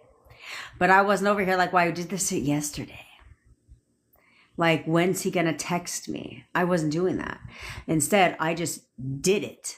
I didn't think about the time that it was taking. I didn't question when the hell he was going to text me. I didn't do none of that shit. I didn't question anything. Not that I didn't question anything, but I didn't sit there and question like, well, when's he going to do this? When am I going to hear from him? Why hasn't he talked to me yet? Why hasn't he? I didn't do any of that. I didn't do any of that. I just did it. That was it. That's why some of you guys drive me nuts because you're like, well, when's he gonna? How long does this take? I don't fucking know. You've gone how long right now without your SPs, and now all of a sudden you're in a rush. So some of you guys have been no contact for a couple years now. Now all of a sudden you're in a rush. Now all of a sudden you're impatient. And if you're impatient, great, but I'm impatient too. So I just did it. I wasn't sitting there like, oh, I've been doing this shit for fucking 5 days now. What the hell? When's he going to text me? Why hasn't he texted me yet? I didn't question any of that. I just did it.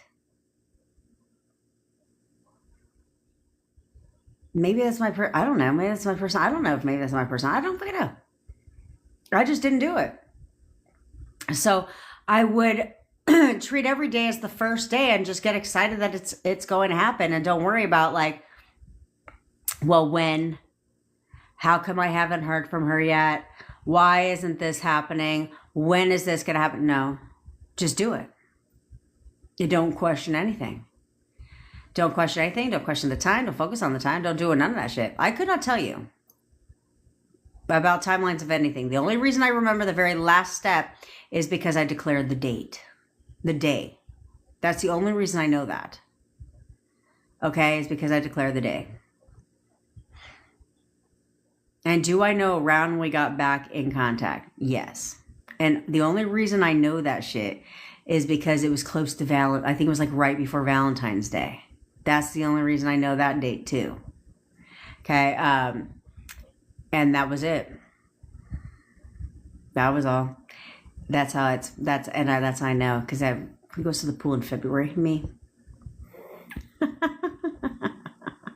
and who has not been to that pool since we got back together? Me.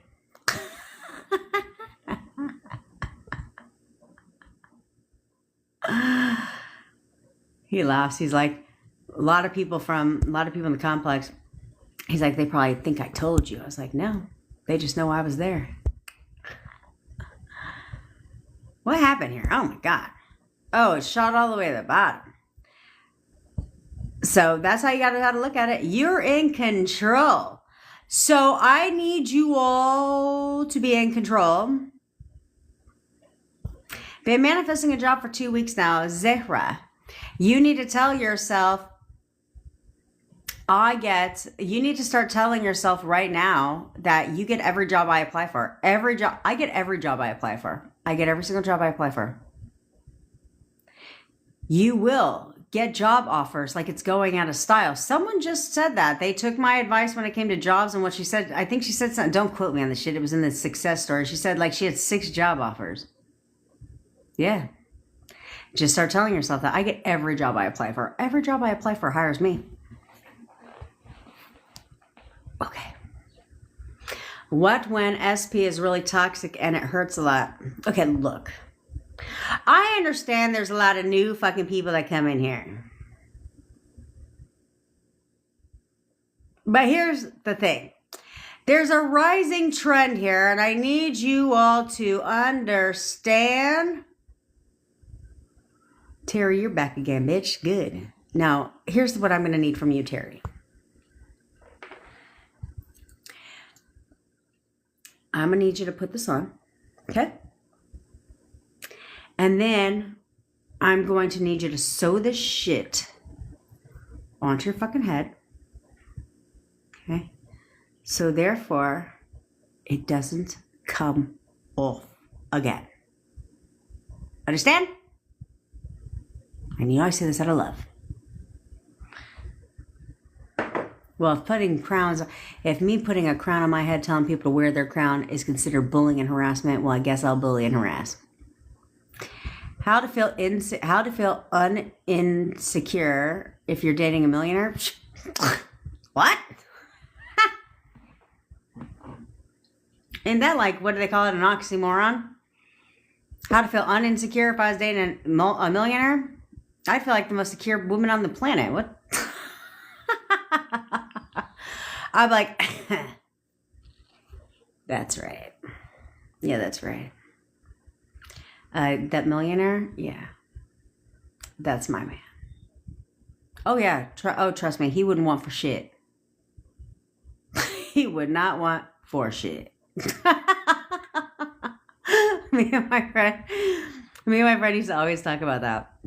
And be like, I was like, girl, what is it with these women out here that just think that they're entitled to shit? Oh, like, they're just entitled to shit and they don't do nothing. I was like, let me tell you something. If a man was paying all my bills, he wouldn't want for shit. What you want, honey? Dinner cooked every night? What you want? A little massage every night? Yeah, house clean, laundry done. Like, you ain't gonna have no problems at all. I'm here to please. I'm here to please. You pay my bills, you can be the most happiest man on the planet. And that's just paying my bills. That has nothing to do with a millionaire. As a millionaire, well, girl, let me tell you. I would definitely be ensuring he ain't going to goddamn place. That's for sure. And then I'd be using my manifesting abilities to make sure that he adds me into his will. And, and then never, ever wants a prenup. I'm just saying, you got to get ahead of the game. But in all honesty, I don't see how you would feel insecure about that at all. Because because millionaires have options, lots of options. And if you don't think they're being thrown at them every second of every day, oh, they are. The minute anyone finds out they have money, well, they're getting a whole lot of options. Okay? A whole lot of opportunities. So if they're into you, what you insecure about? I'd be like, that's right. That is right. Nailed that shit. Nailed that shit. I always say if I could do life over again, when I was 18, you know, when you're looking at your prime, you're like, you're hot, like you're 18, right? It's like when I was 18, if I could do life over again when I was 18, I would have found me a wealthy ass man, because they're full of them here. I'd have found me a wealthy man, had a couple kids with him, and they got a divorce and lived off of alimony and child support for the rest of my life. I would have met the whole new man, love of my life, and the whole bit. And I would have been like, honey, we could be together for 50 years. You could buy me the wedding ring and everything. We're just not going to put it officially on paper because the alimony stops. Just saying. Just saying. That's right, Diamond. That's right. You got to be ahead of the game. Who wants to work hard when you could just done shit right a long time ago? You know, shame my game. Well, thanks, Coffee. If I am in contact with SP, but it's been 2 weeks, is it okay to text him first? Of course, Robin. Robin, there's never a, oh, you just asked the question again. There's never a right or wrong time to text him, right? You can always text them first, but you have to discipline your mind. All right. The only reason why I would say don't do that is because if you can't discipline this shit up here, then don't do it. Right. But if you're in contact with your SP, that's called a relationship, right? Relationships are two-sided text messages. It's not one direction. But if you text them and they don't text you back within well, for some people, it's like 15 minutes, they got a problem. But it's like if they don't text you back in a couple hours and then you freak out and you start spiraling in your thoughts about why he hasn't texted you, well, then probably don't text him because you know, you're not disciplining your mind. But if you text him and you know he's going to text you back, who cares? That's a relationship. I absolutely would text him. I told you guys got me fucked up if you think for a second that I'm going to sit there and be in contact with my SP and then be like, I am not texting him first. Nope, I will not do it on principle. On principle of the matter, no, I wouldn't grovel. But if I'm in contact with my SP, you could bet your bottom dollar ass I'm going to text them. Why the fuck wouldn't I? I'm not a child. I'm an adult. And I wants what I wants. So if I'm in contact, I'm going to text. Somebody else did that. She broke no contact. She texted him. And within minutes, he texted her back. Of course, that's not a bad thing. I tell you. Nope. I'm texting. I don't give a shit. I don't care. That is not me not being in control. That is not me giving up control and being weak. Not at all. Not at all. Because I don't need to do that. What am I confusing you so much about right now, Lisa? About texting your SP? Because I said, yeah, I will. Kitty cat cat. I will. Yeah, no, I never said don't text them. I said, if I told you, I always say this, if I tell you to text them right now, how does that make you feel? Do you know if they would respond? If the answer to that is no, or it's not, I don't feel good about it, then don't text. Because if you send them a message, then you're all in your fucking thoughts about how they responded. You're reading into how they responded, and you're reading into the shit. If you know he'll respond, bitch, I told you a million times. If you know he'll respond, there's nothing wrong with texting him. with, hey, how's it going? You know, anything like that. Keep it natural. Don't confess your love to the man the first text you've got going out, right? But if you know how he'd respond, then yeah, you can text him. But let's say you text him and 6 hours go by and you don't get a response yet. You can't be like, why hasn't he responded? When's he going to respond? Oh God, I fucked up. Oh God, I did the, you can't do that. Instead, you just go about your day. You know what I'm saying? And it's not like, yeah, and it's not like text it or he texts you and then it's like ping, ping, ping, ping, ping, ping, ping, ping, ping, ping. No, and no, Nadine, I'm not talking to you, bitch. Nadine, this has nothing to do with you. I'm not talking to you. Okay? But if you know that they'll respond, exactly. But if you feel now that they would respond, of course, then why not? There's nothing wrong with that. As long as you can control your mind. Okay? It's all about controlling your thoughts about it. Okay? Then why not? There's never a problem with that shit. I have never wavered from that statement, Lisa. But probably because before this last weekend, you were in a different frame, right? Battling. You were battling, okay? And so because of that, you're in a much calmer place now, much different place now. So things are different now, you know? So things are different now with you. So now you're feeling some type of different way now, which is great because that definitely means that you're in a different place. Because sometimes you'll hear the information, but you won't hear the information because you weren't in a position to hear it, right? And now they... I know you, Nadine. So, but now you're in a place, Lisa, where because there's a difference, there's a shift in you. Now you're in, even though I've said it before, now you actually hear it differently because you're in a different place. Okay? So I think it's great, bitch. I'm excited to read your stuff. But why not?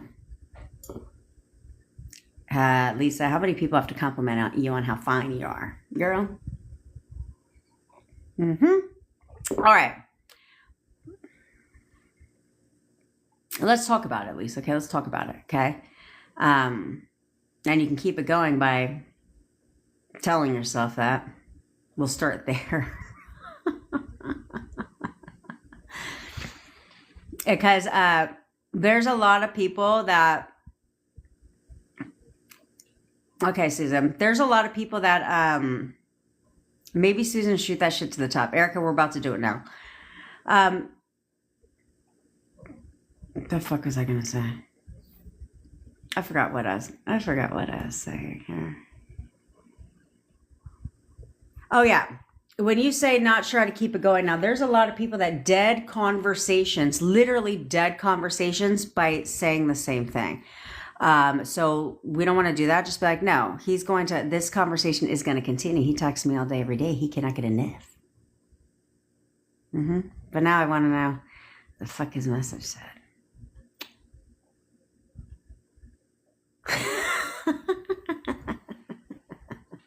All right, guys.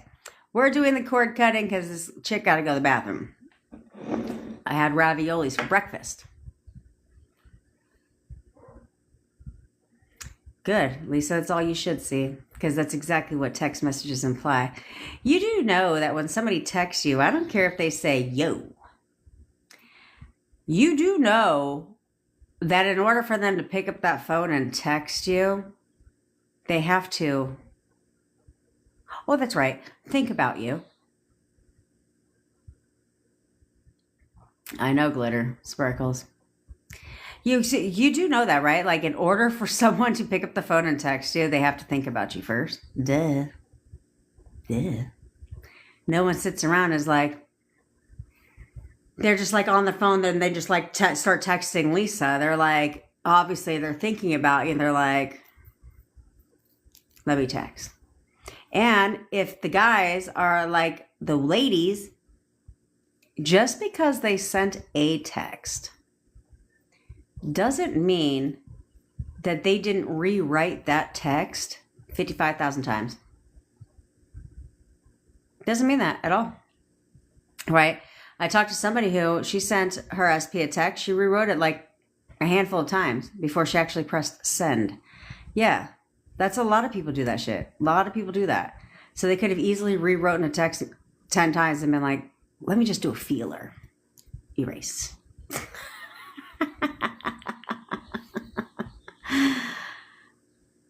Yeah, calm and collect. All right, cord cutting, here we come. Get in a nice comfy place here because we are going to cut those energy cords with your SP. The goal is that you want the energy between you and SP to be fresh, right? We want it to be fresh all the time. So there's no still energy between you and SP holding your asses back. We don't want that, okay, at all. We want nothing but fresh, positive energy where they just are loving all over you. And what's going to happen when you cut the energy cord is you will pop into their mind. They will think about you. Because when you cut energy with anybody, as you can see someone else said earlier today, she's having a lot of fun manifesting. You understand that that's how this is supposed to be. Okay, fun. Okay, and she had 3 other SPs reach out to her because she cut the cords, the energy cords. They think about you. I did this with an ex. I was not trying to manifest him back at the time, at all.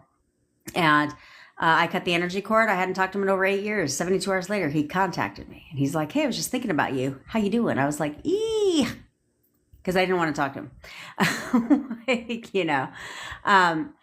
So that's how this works. But this time when they think about you, it's different. It's not like old energy, frustration, resentment, built up, whatever, right? When you cut the old energetic connection, what that does is whatever transpired from your breakup onward or in your relationship, those feelings towards that shift, it goes away. There's nothing to, when they think about you, they're not angry or resentful or thinking about all the shit you did. They're just noticing, I wonder how they're doing, right? Instead of like, that fucking raging psycho bitch. They're not doing that. Okay, now it's like, I wonder how they're doing. Maybe I should contact them, check in, see how they're doing, right? And that's usually what happens. All right, so that's what we're going to do. So get in a nice little comfy place. And I want you to close your eyes. And I want you to take 3 deep breaths in and out.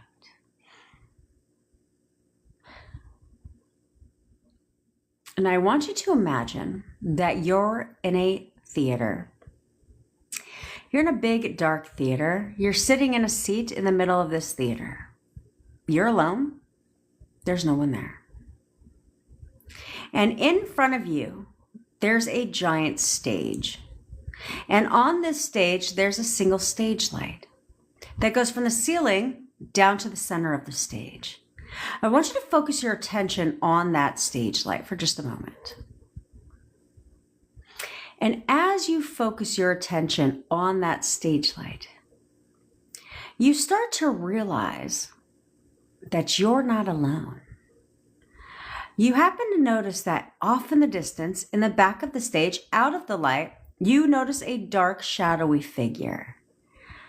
I want you to shift your attention from the stage light to the shadowy figure.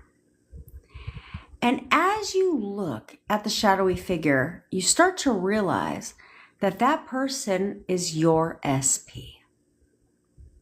Now I want you to ask your SP, say their name, and tell them to come into the light, into the center of the stage. Do it now. And as your SP begins to walk into the light, you start to notice their facial features, their physical features, and you also notice that there's a gold cord that runs from the middle of their third eye directly into your third eye. Now, I want you to say these 2 questions to your SP, and I want you to hear them respond. If you can hear their voice, great. If you cannot, it doesn't matter. I want you to look at your SP and ask your SP right now, do you support me? Hear them tell you, yes. Now ask your SP, do you love me? Also hear them tell you, yes. Now, I want you to say these 4 phrases to your SP. This time, they're not going to respond, and that's okay. I want you to look at your SP in his eyes, and I want you to say, I'm sorry. Please forgive me. Thank you. I love you. Now I want you to reach up with your hands as if it's a pair of scissors, and I want you to cut the gold cord that runs from your third eye. And as that cord begins to fall to the floor, I want you to reach up with your other hand, and I want you to grab the roots of that gold cord and pull them out of your third eye and just toss them aside. And as the gold cord continues to fall to the floor, you notice that your SP starts to float away like a big giant balloon. And they get smaller and smaller and farther and farther and smaller and smaller and farther and farther and smaller and smaller and farther and farther until they just disappear. Now I want you to take a deep breath in and out and open your eyes.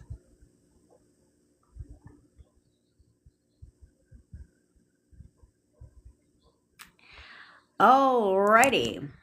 Now, how do you feel? Amazing, of course. I already know. Now we're about to do the photo method. We do both of them back to back. Now that you cut the energy cord and now you've popped into their mind, now let's get them to contact you. As you can see, user 10039, he just said, thank Claireworks. He said, I like the analogy. The devil works fast, but law of assumption works faster. Photo method worked within an hour today in the first try. Well, that's what we're about to do right now. So buckle up, buttercups.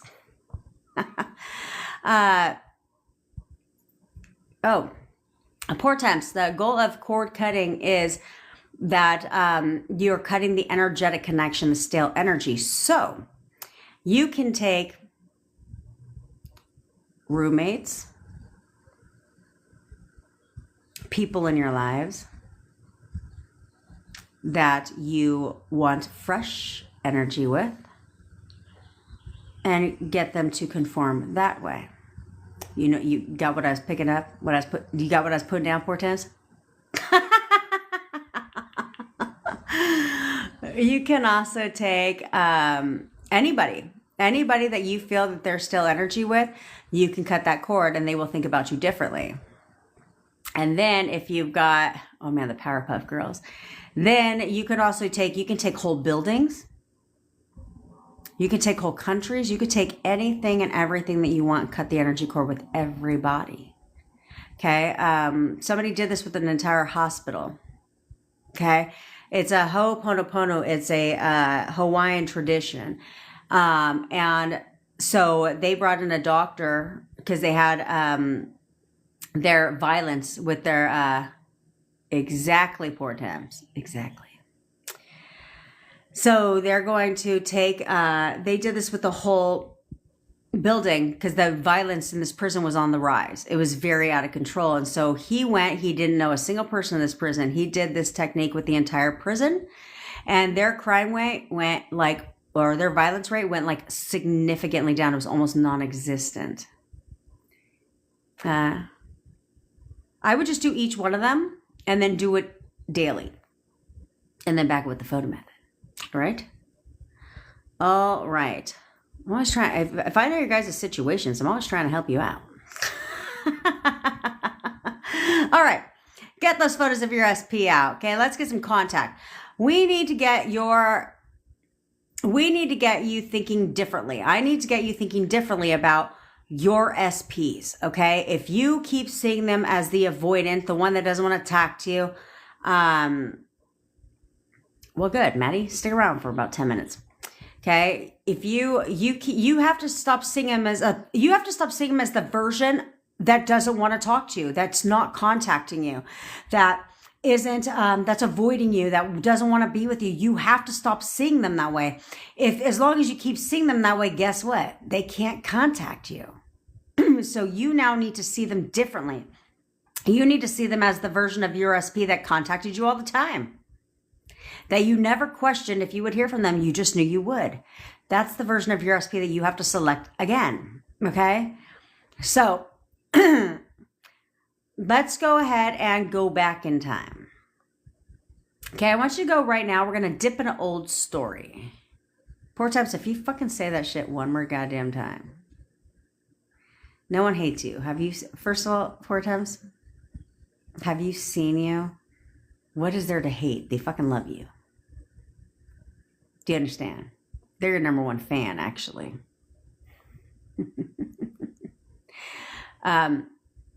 Okay, so let's go back in time. Let's go back to a time, exactly. So they're so dumb that they can't get enough of you. That you're going to go back to when your relationship was perfect. Maddie, play along for a second. I want you to go back to a time in your relationship where everything was perfect. Usually it's in the beginning. Or if you're married, it's your wedding day. Go back to that time now. And I want you to remember your SP when everything was perfect in your relationship. Who were they? Who were your SP? How did they treat you? How did they make you feel? Who were they as a person for you?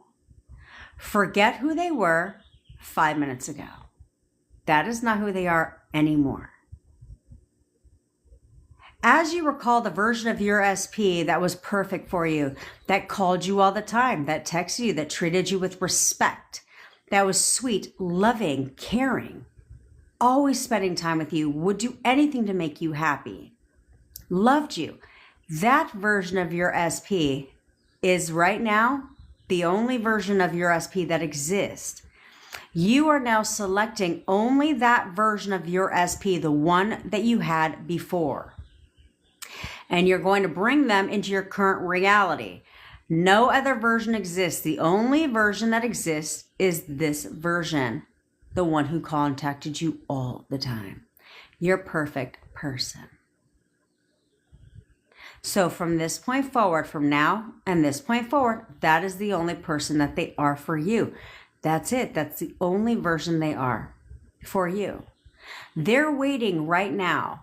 They've got their phone in their hand. They're waiting right now to text you, to contact you, to come and see you, to want to be with you again, to love you. You have to give them permission to do that.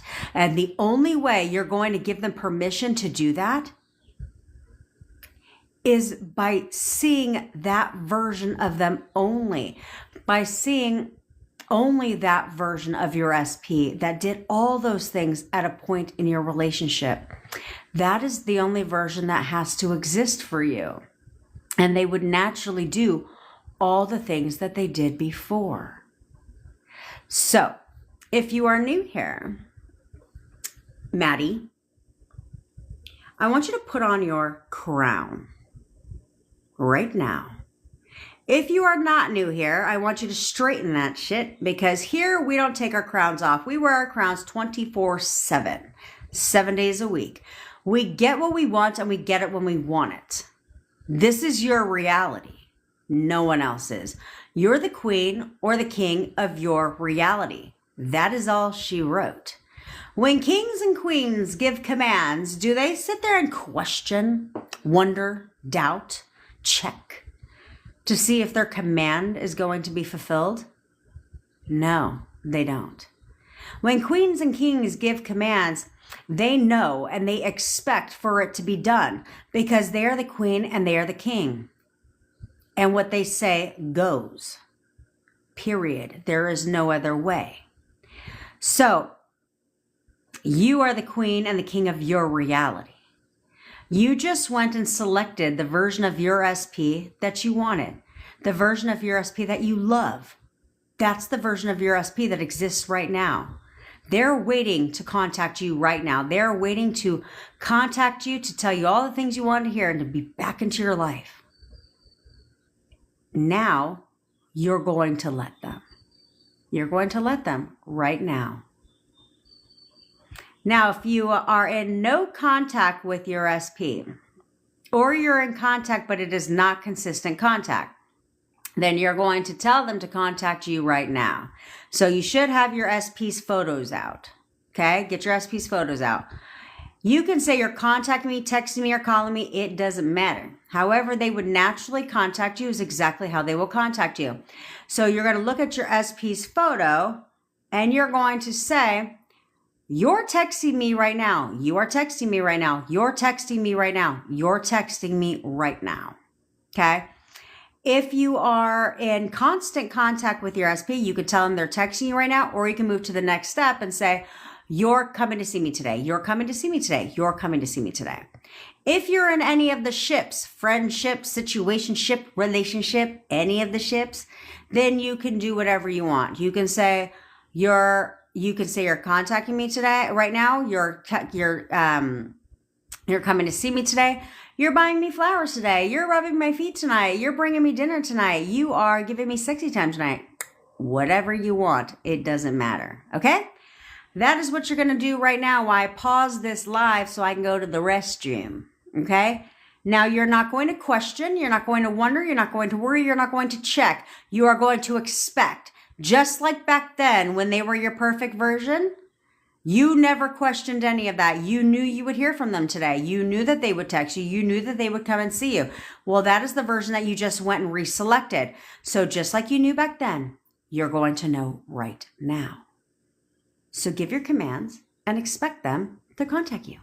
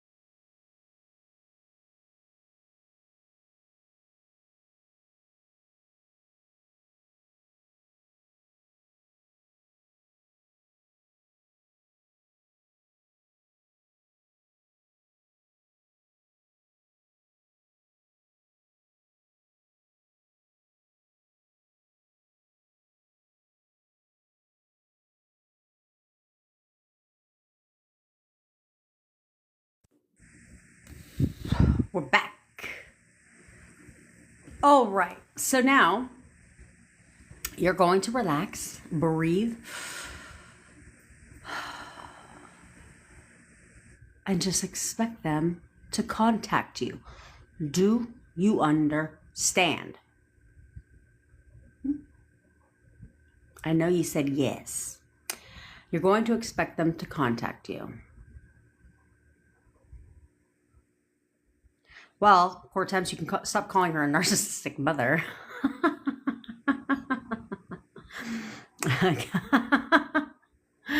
And view her as loving and caring and sweet. Talk to her photo and say, you are nothing but loving and sweet. I'm your favorite daughter. There's nothing in this world that you wouldn't do for me. Well, Lisa, you can't call me now. I'm on my live. But let me call you right after. I have a call. Well, I guess now I know what I'm doing in the whole. I gotta shut my fucking mouth. Now I know what I'm doing when I have a break in between my calls, Lisa. So I'll call you, okay? Because I want to talk to you. Andy, you can continue to do what you're doing and start knowing that he's going to contact you. Work on the knowing. Work on the knowing. A lot of you guys, well, let me introduce myself in case you're new here, okay? My name is Jen, obviously. I'm your manifestation bestie, where I teach you how to leverage the law of assumption to work in your favor. Because it's about leveraging the law. Why follow it when you can leverage?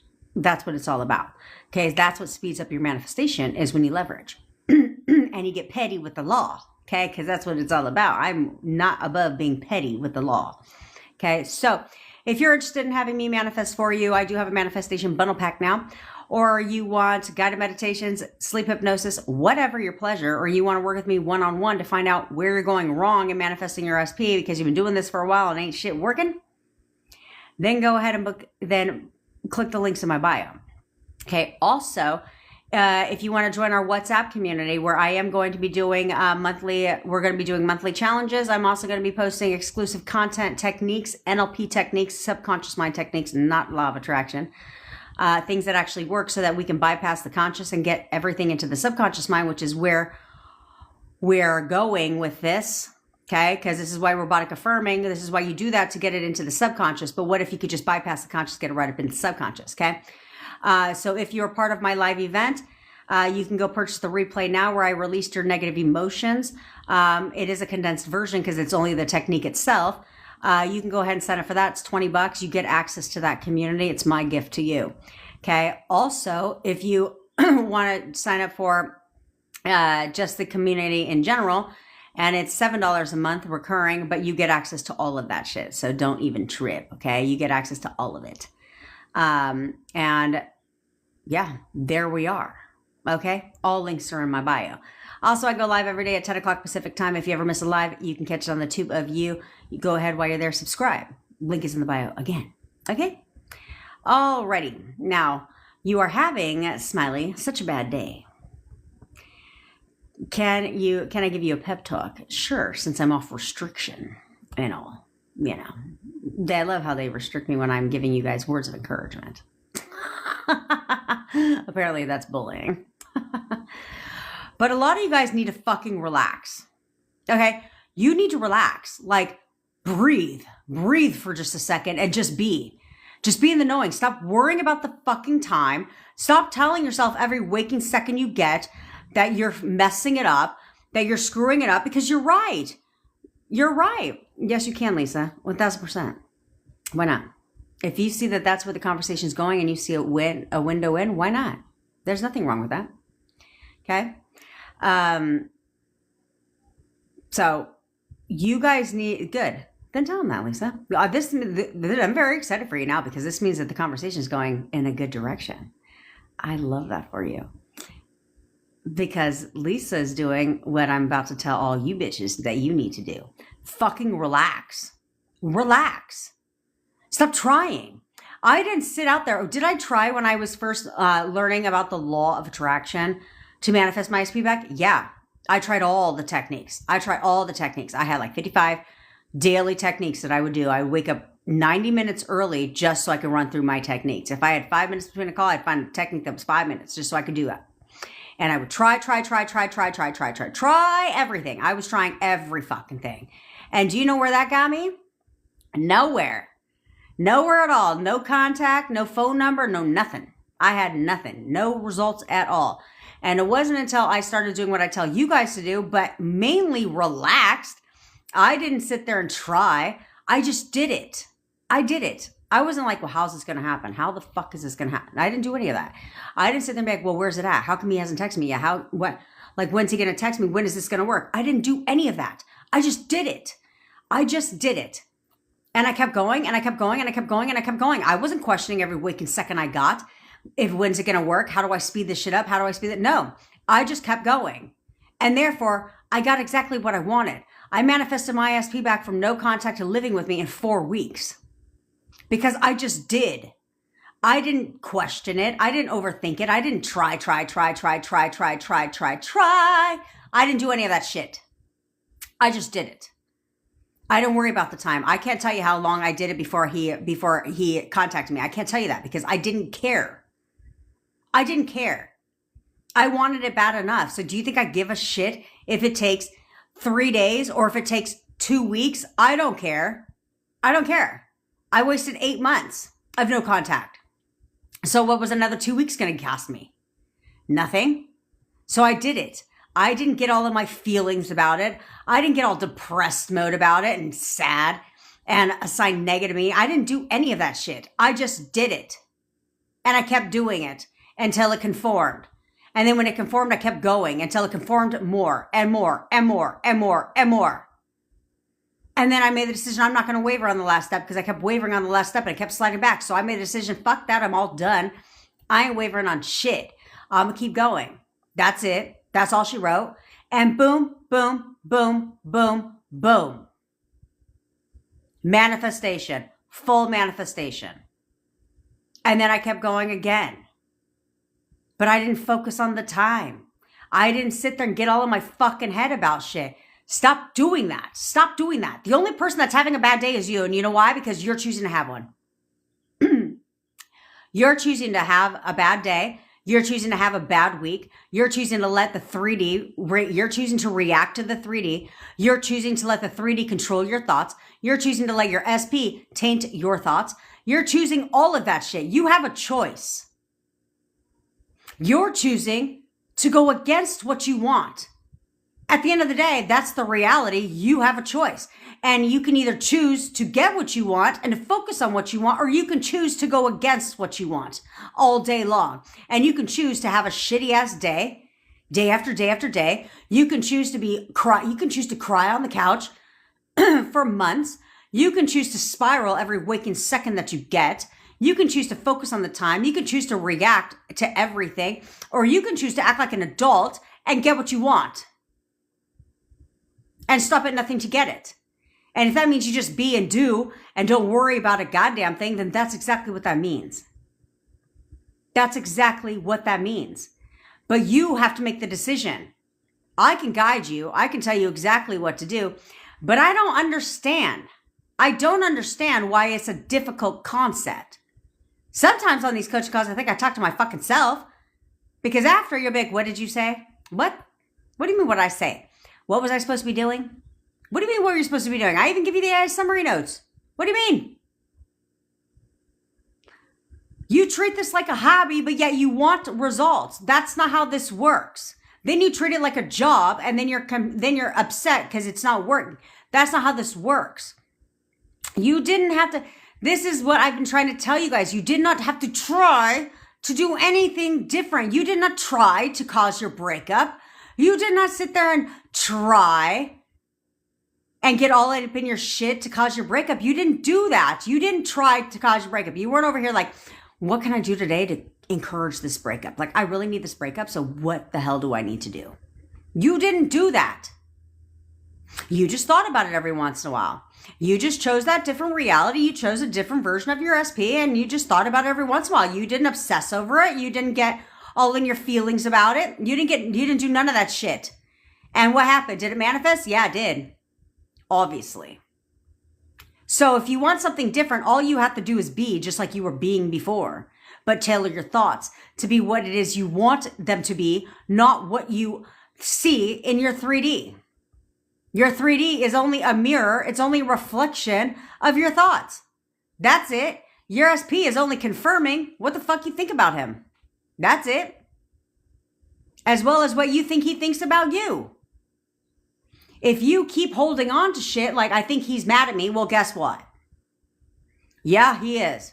Well, I don't think he can let the past go. I made a lot of mistakes. Well, then I guess he's not going to let the past go. I think he thinks I'm crazy. He probably does. Or you can choose to drop that shit and say, no. Enough time has been wasted because I've done nothing but focus on the time. I've done nothing but try everything under the sun. So I'm going to sit there and I'm going to listen to what the fuck Jen said. Because why? Oh, that's right. Because I manifested my SP back. There's a difference between manifesting and manifesting an SP back, or manifesting an SP and manifesting an SP back. There's a difference. I don't hold anything back from you guys. If you would do what the fuck I say, you get exactly what I got. You get exactly what my members are getting consistently. I have to find a way to get this shit organized because I have hundreds of testimonials. Hundreds. And so I've got to put them all and start dripping them out so you guys can see I don't make this shit up. I don't make this up. I've been teaching this for less than 3 months, and the amount of testimonials I have don't compare to people who have been teaching it for years.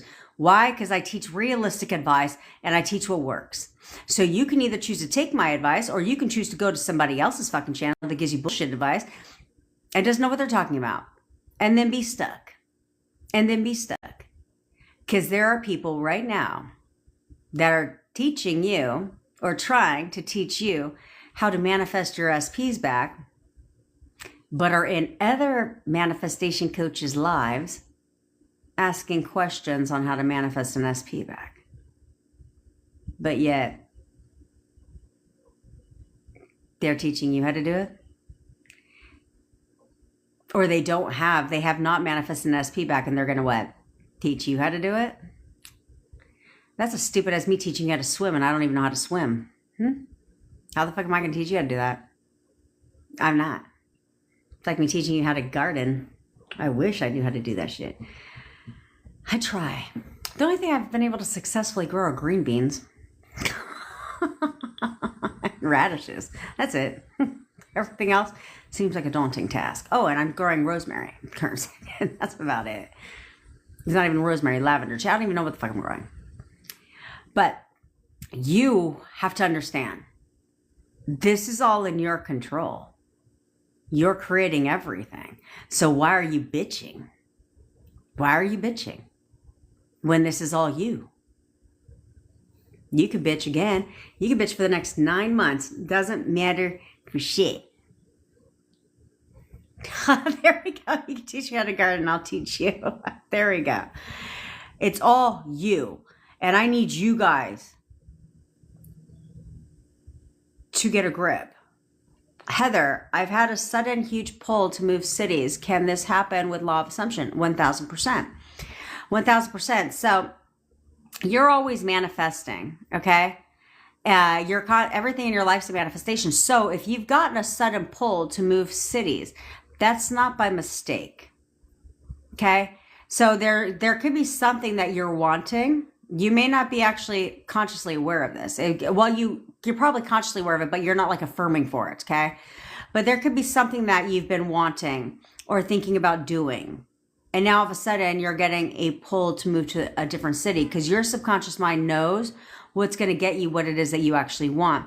So I'm not saying pick up your life and move, but you have to follow that little whisper in you because it knows, okay? And yes, you can make this happen with the law of assumption and telling yourself whatever it is you want. Like I just got let's say you have a sudden pull to move to Chicago. Why you'd move to Chicago? I don't know. I'm just kidding.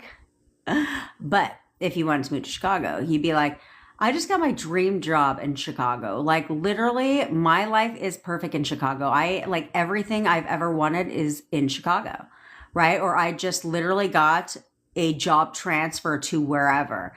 You can say whatever it is that you want based on what you want out of the move situation. But everything is a manifestation. It's not a mistake that you got to pull to move cities, because there could be something that you're wanting and all of a sudden you get an idea to move cities, because whatever it is that you're wanting is in that city. Okay. There's a million different reasons, but it will all make sense to you when you move, because you'll be like, oh shit. Mm-hmm. You keep manifesting gutter trash to leave, and my SP back. She leaves, then comes back and manipulates him into staying again. Okay, done. So when it comes to gutter trash, there are two identities I tell you all the time. You cannot give gutter trash. Okay. You cannot give gutter trash two identities, and that is one, controlling, and two, manipulative. Even if it's clear as day. Even if it's clear as day that she's manipulating him, you can't describe her that way.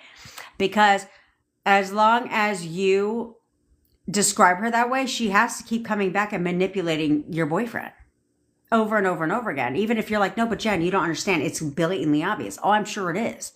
There's only one reason why you think she's manipulating him, right? Because the writing is on the wall, right? It's obvious. But if you see her that way, it doesn't matter what you do. He'll continue to be manipulated by her, even if he's aware of it. It doesn't matter. Okay, so, and you can sit there all day long until you're blue in the face and tell him, like, how do you not see this? She's manipulating you. It won't matter until you stop describing her that way, until you stop seeing her as manipulating and say, no, she's gone away. She's gone away. Like you have to tell yourself that, but you cannot see her as a manipulator. Crazy, sure. Psychotic, 100%. Raging bitch, yeah, you can see her as all the negative things except manipulative. So that's how you're going to get him to leave and for them to stay, is because you need to, that's right, you're the source of everything, Tashay. You're going to get her to leave for good when you stop describing her that way. Yeah, of course. That's why, because you're viewing her as manipulative. And until you change that description, she's going to have to continue. You don't even have to really change. You don't have to this is not everything is an affirmation. Not everything is robotic affirming. Okay. So you don't have to do that. Just when you think about her, just no, she's a fucking loser and she's completely gone away. She's fucking pathetic and she's completely gone away. Okay. You don't have to view her, but just don't be like, she's a manipulator. You can't do that. Look at that, Nisa. You manifested your SP. Good. Now keep them. Keep them. Look at all these Chicago people. I'm just kidding. Just kidding. It's called the Windy City. But I'm light. So if I my Windy City, my ass is going to be like flying in the wind. It's going to blow me away. Kiana,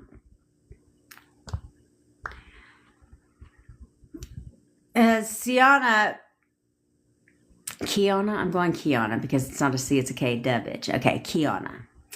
Can you talk about what to do when you feel like you're waiting for your SP, even if you know it's done? Yeah. A lot of times you're waiting for your SP to confirm. Okay, that's what you're doing is you'll want, so this is why a lot of people don't get in relationships with their SP. Everything they do screams relationship, but yet they're not in one. Instead, it's a situationship. Why? Because they're waiting for their SP to commit. Well, I want him to commit. You're coming from a place of wanting him to do something.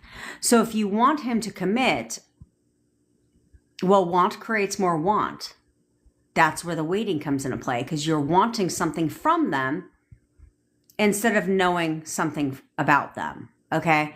So you want them to commit, but what would happen if you just started assigning commitment to every fucking thing? Right. So instead of waiting for them to commit to you, because you'll be waiting for a long ass fucking time, if that ever even happens, because the only way they're going to decide they want to commit to you is when you decide. They absolutely want to commit to me. They're in a loving, loyal relationship with me and only me right now. Like everything you do, you come to see him, he comes to see you. Relationship. Oh yeah, he's the perfect boyfriend. All right, you start seeing him as boyfriend, not friends with benefits. Then they start to push that out. So you have to just simply come from a place of, the only reason you're waiting is because you're coming from a place of wanting something from this person. And then you're waiting for them to do it. You can't do that.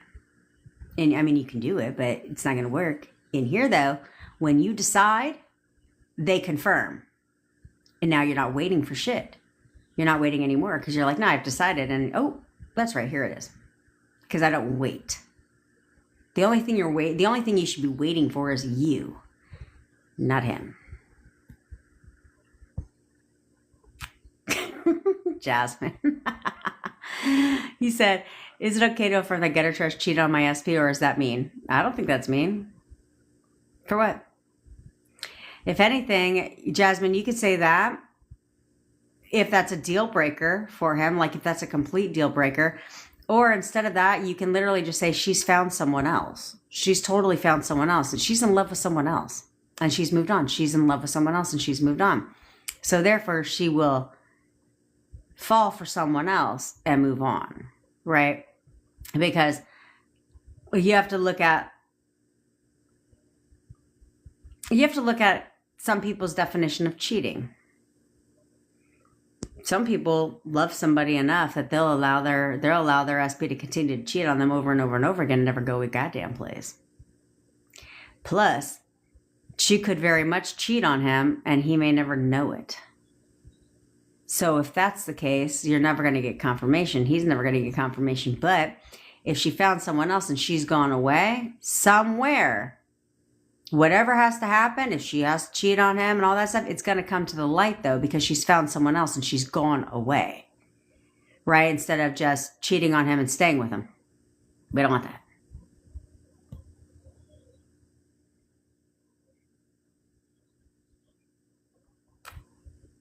Well done. I understand where you're coming from, because that was me. That was me. And so because of that, I get where you're coming from. I gave Gutter Trash the same identity, the same label, because it was blatantly obvious. But because of that, she didn't go anywhere. It wasn't until I changed the label and how I described her that that's when she exited the scene. But it is very difficult when they're close to you,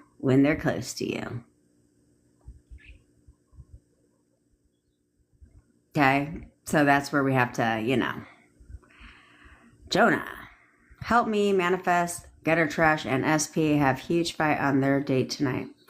Oh, Jonah, that's an easy one. So, first of all, don't view it as a date, okay? Second of all, you may very much know where they're going or who they're going with. So, I mean, you can take a page out of Homegirl's book that hired a mariachi band. I'm just kidding. I told that whole story like 2 weeks ago when it came out in the public. But what I would do is tell yourself, you control how their evening goes. I've done this. This is the fun part. Is you literally be like, he's going to have the most miserable time of his life tonight. Like his night is going to be completely miserable. All they do is argue. They're arguing all night long. He's going to have a terrible, miserable night tonight. When I did that, you care to guess how that night went? I was dead ass right. Because I said so.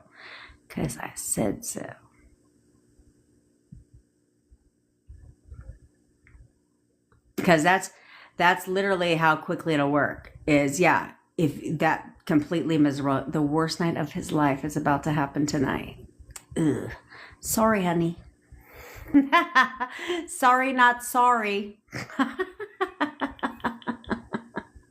Because you're in control of how their night will go. You can choose to say they're having the best night of their night, romantic, or you can be like, absolutely not. He's living his own personal horror flick tonight. Chick lost her mind. Tonight. You'll get if you're in contact with your SP, that's the best part. You'll get confirmation of that, and you'll be like, but when you're good at it, and you start to see a lot of confirmation, it's no longer it's like a, oh, I'm so sorry.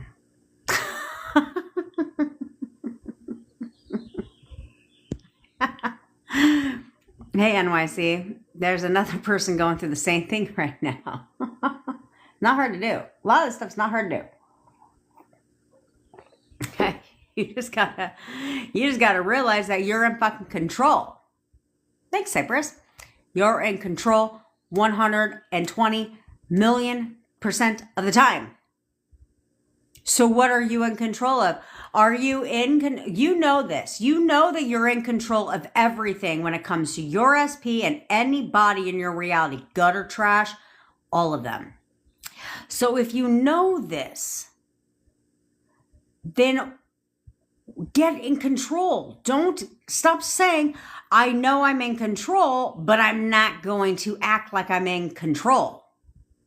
You can't do that. Okay? If you want to be in control, be in control.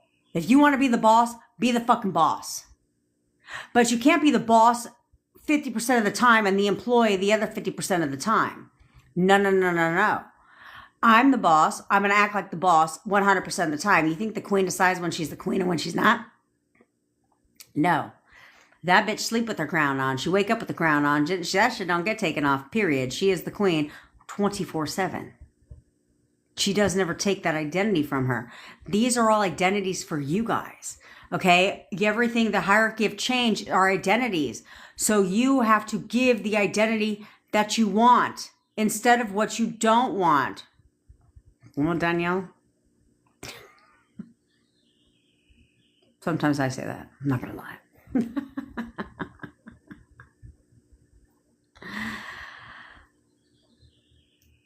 Well, Deny, what are you doing then? What are you doing? Because that's not true what you said. It's not true. Okay? Because you said you were asked today if you believe he can change. And you said, I don't believe in it. But here's the thing. Now, let's just go back in your mind for just a second. I'm going to show you, don't take my word for it, that that's not true. So let's go back in your mind, Deny, and I want you to take a look at your SP now. And go ahead and take a look at the SP that you started dating.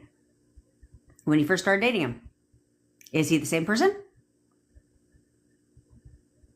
Is your SP the same person today as they were when you started dating him? I don't think so. I don't think so. Exactly. So what do you mean when somebody says, do you believe that they can change? You've seen in your own eyes him change. 1000% you've seen him change. You're witness to that. He's not the same person that he was back then. Of course not. You've literally witnessed in front of your own eyes his ability to change because you've changed him. So if you've seen and witnessed in your own eyes his ability to change from the first time to now, well, all you have to do is go back and select perfect boyfriend as that version of him now.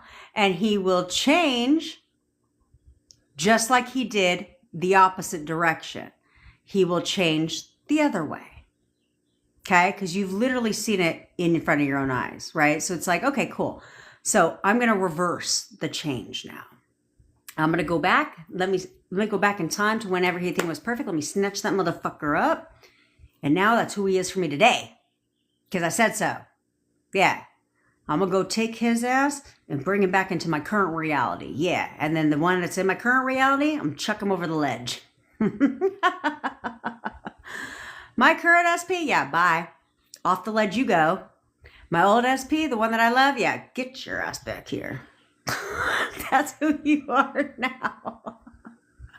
Because you will see, hey, Joe, girlfriend, because then you will see your SP, prove it to yourself, prove it to yourself. You will see your SP change to match the man that you fell in love with, the man that you love, okay? Because you selected the different version. Every time he did something you didn't like, you selected a different version of him. And he had to conform and continue to conform and continue to conform and continue to conform to a worser version over time. So if you could do it the other direction, though, he'll conform to the new. But you're going to see bits and pieces of old version, bits and pieces of new version as that transition is happening. So the key is that if old version, where's this little ugly fucking head? Nope. Perfect boyfriend. He is the perfect boyfriend. He's so perfect. God damn, he's so perfect. And you will start to see that version only. Okay, he'll go from hot and cold to hot and steamy, and you'll start to get your perfect version only. But go in whole story mode. Okay, go back to that version of your SP that he was back then for you. Go in whole story mode. How would you have described him back then? Okay, as your perfect boyfriend. Describe him that way now. Write that shit all down. Write it all down. And watch him start to conform to that version of him again. But you can't react to the turnaround, and you have to persist in only the version of your SP that you want. And you will again, just like you witnessed in your own eyes the one direction, you will again witness in your own eyes the other direction. And then you got him hook, line, and sinker, bitch.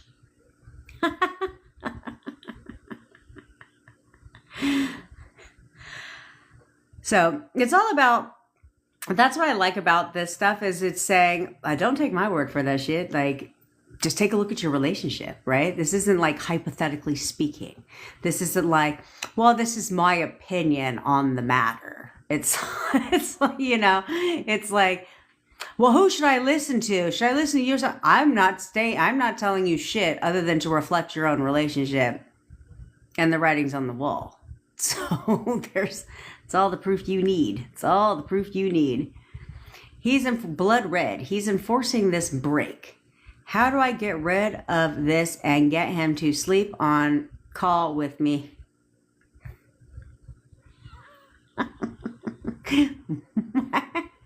My boyfriend laughed at me when I asked him that. I said, he's like, you mean like when we were kids? I was like, yeah, we're kids. Do I believe in quantum shifting? Yes, I do, Casey, but not in a way that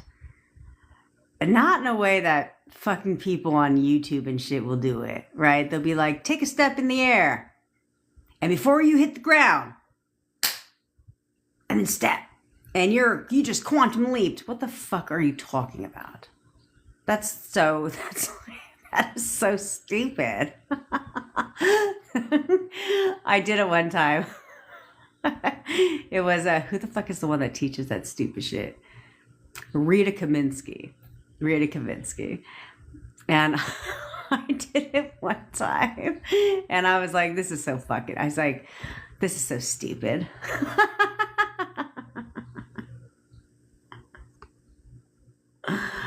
So,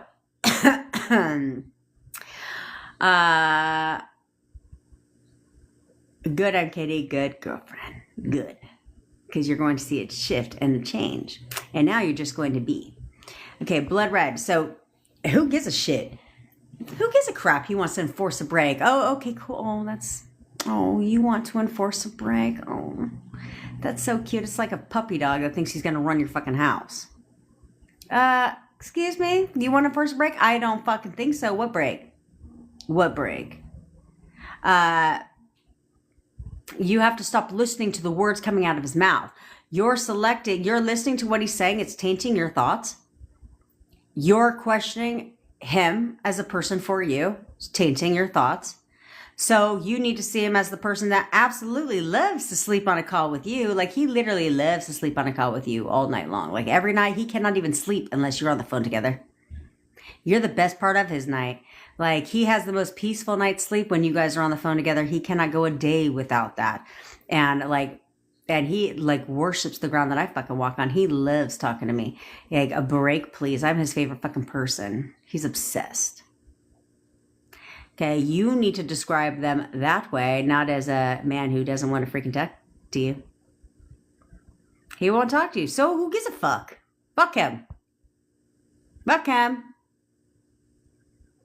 Who cares? Doesn't want to talk to you? Cool. Well, you'll decide when he doesn't want to. You'll decide when you talk and doesn't talk. Because again, you're listening to him. Blood red. What part of fuck what he says don't you understand? He doesn't. He won't talk to you. Okay. Well, you'll talk to me. Go do the photo method. He'll talk to you. Okay. Now let's take a look at what you got to say, Joe.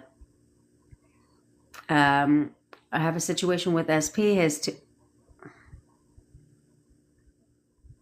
Are you referring to the female coworkers?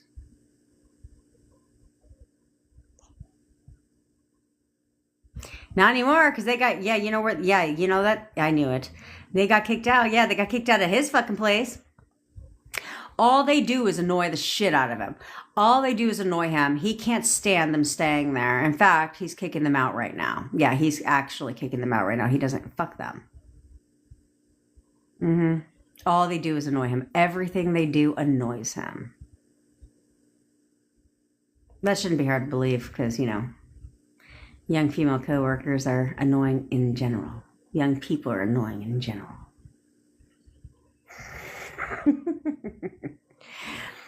Patty Boots, you're somebody else that said he won't talk to you. Should I stop having convos about our break? Yes, Blood Red. You do not need to verbalize a goddamn thing. None of you should be verbalizing shit. Shh. This is where we learn to shut the fuck up. Shut the fuck up. We don't verbalize, we internalize. Okay? Because when you verbalize, it becomes a command. But when you internalize, it becomes their idea. And that's the best part. That's the best part. Because the more you talk, you're forcing the 3D, you're trying to plead your case, and the more he pushes away.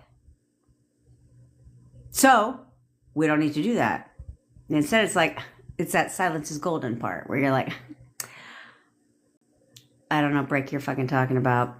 Because in here, we ain't taking a goddamn break for shit. I don't know what you're talking about. I do not know what you're talking about.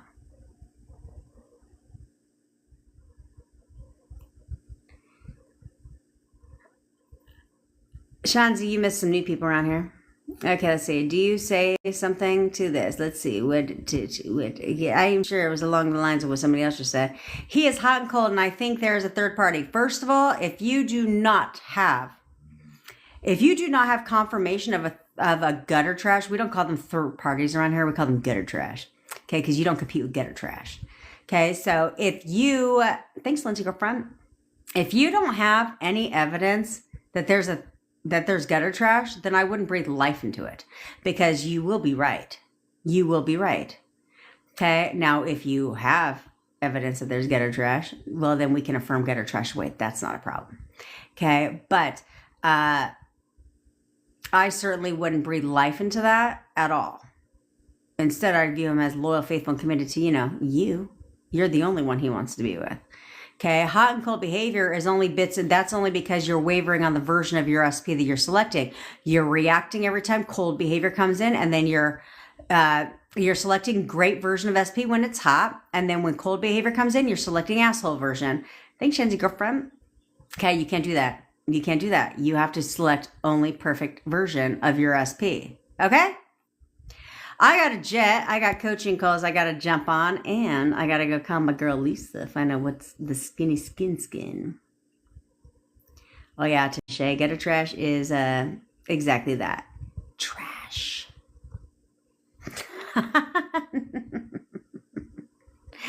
But if you guys stick around, LR and...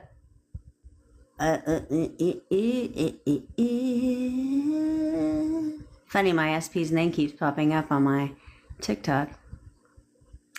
Blood Red, and all of you guys, if you guys stick around, Patty Boots, follow me. I'll help you get your SP back in lightning fucking speed because I'm good at it. I took my SP back from no contact to living with me in 4 weeks. I'm here to help you do the same. Okay?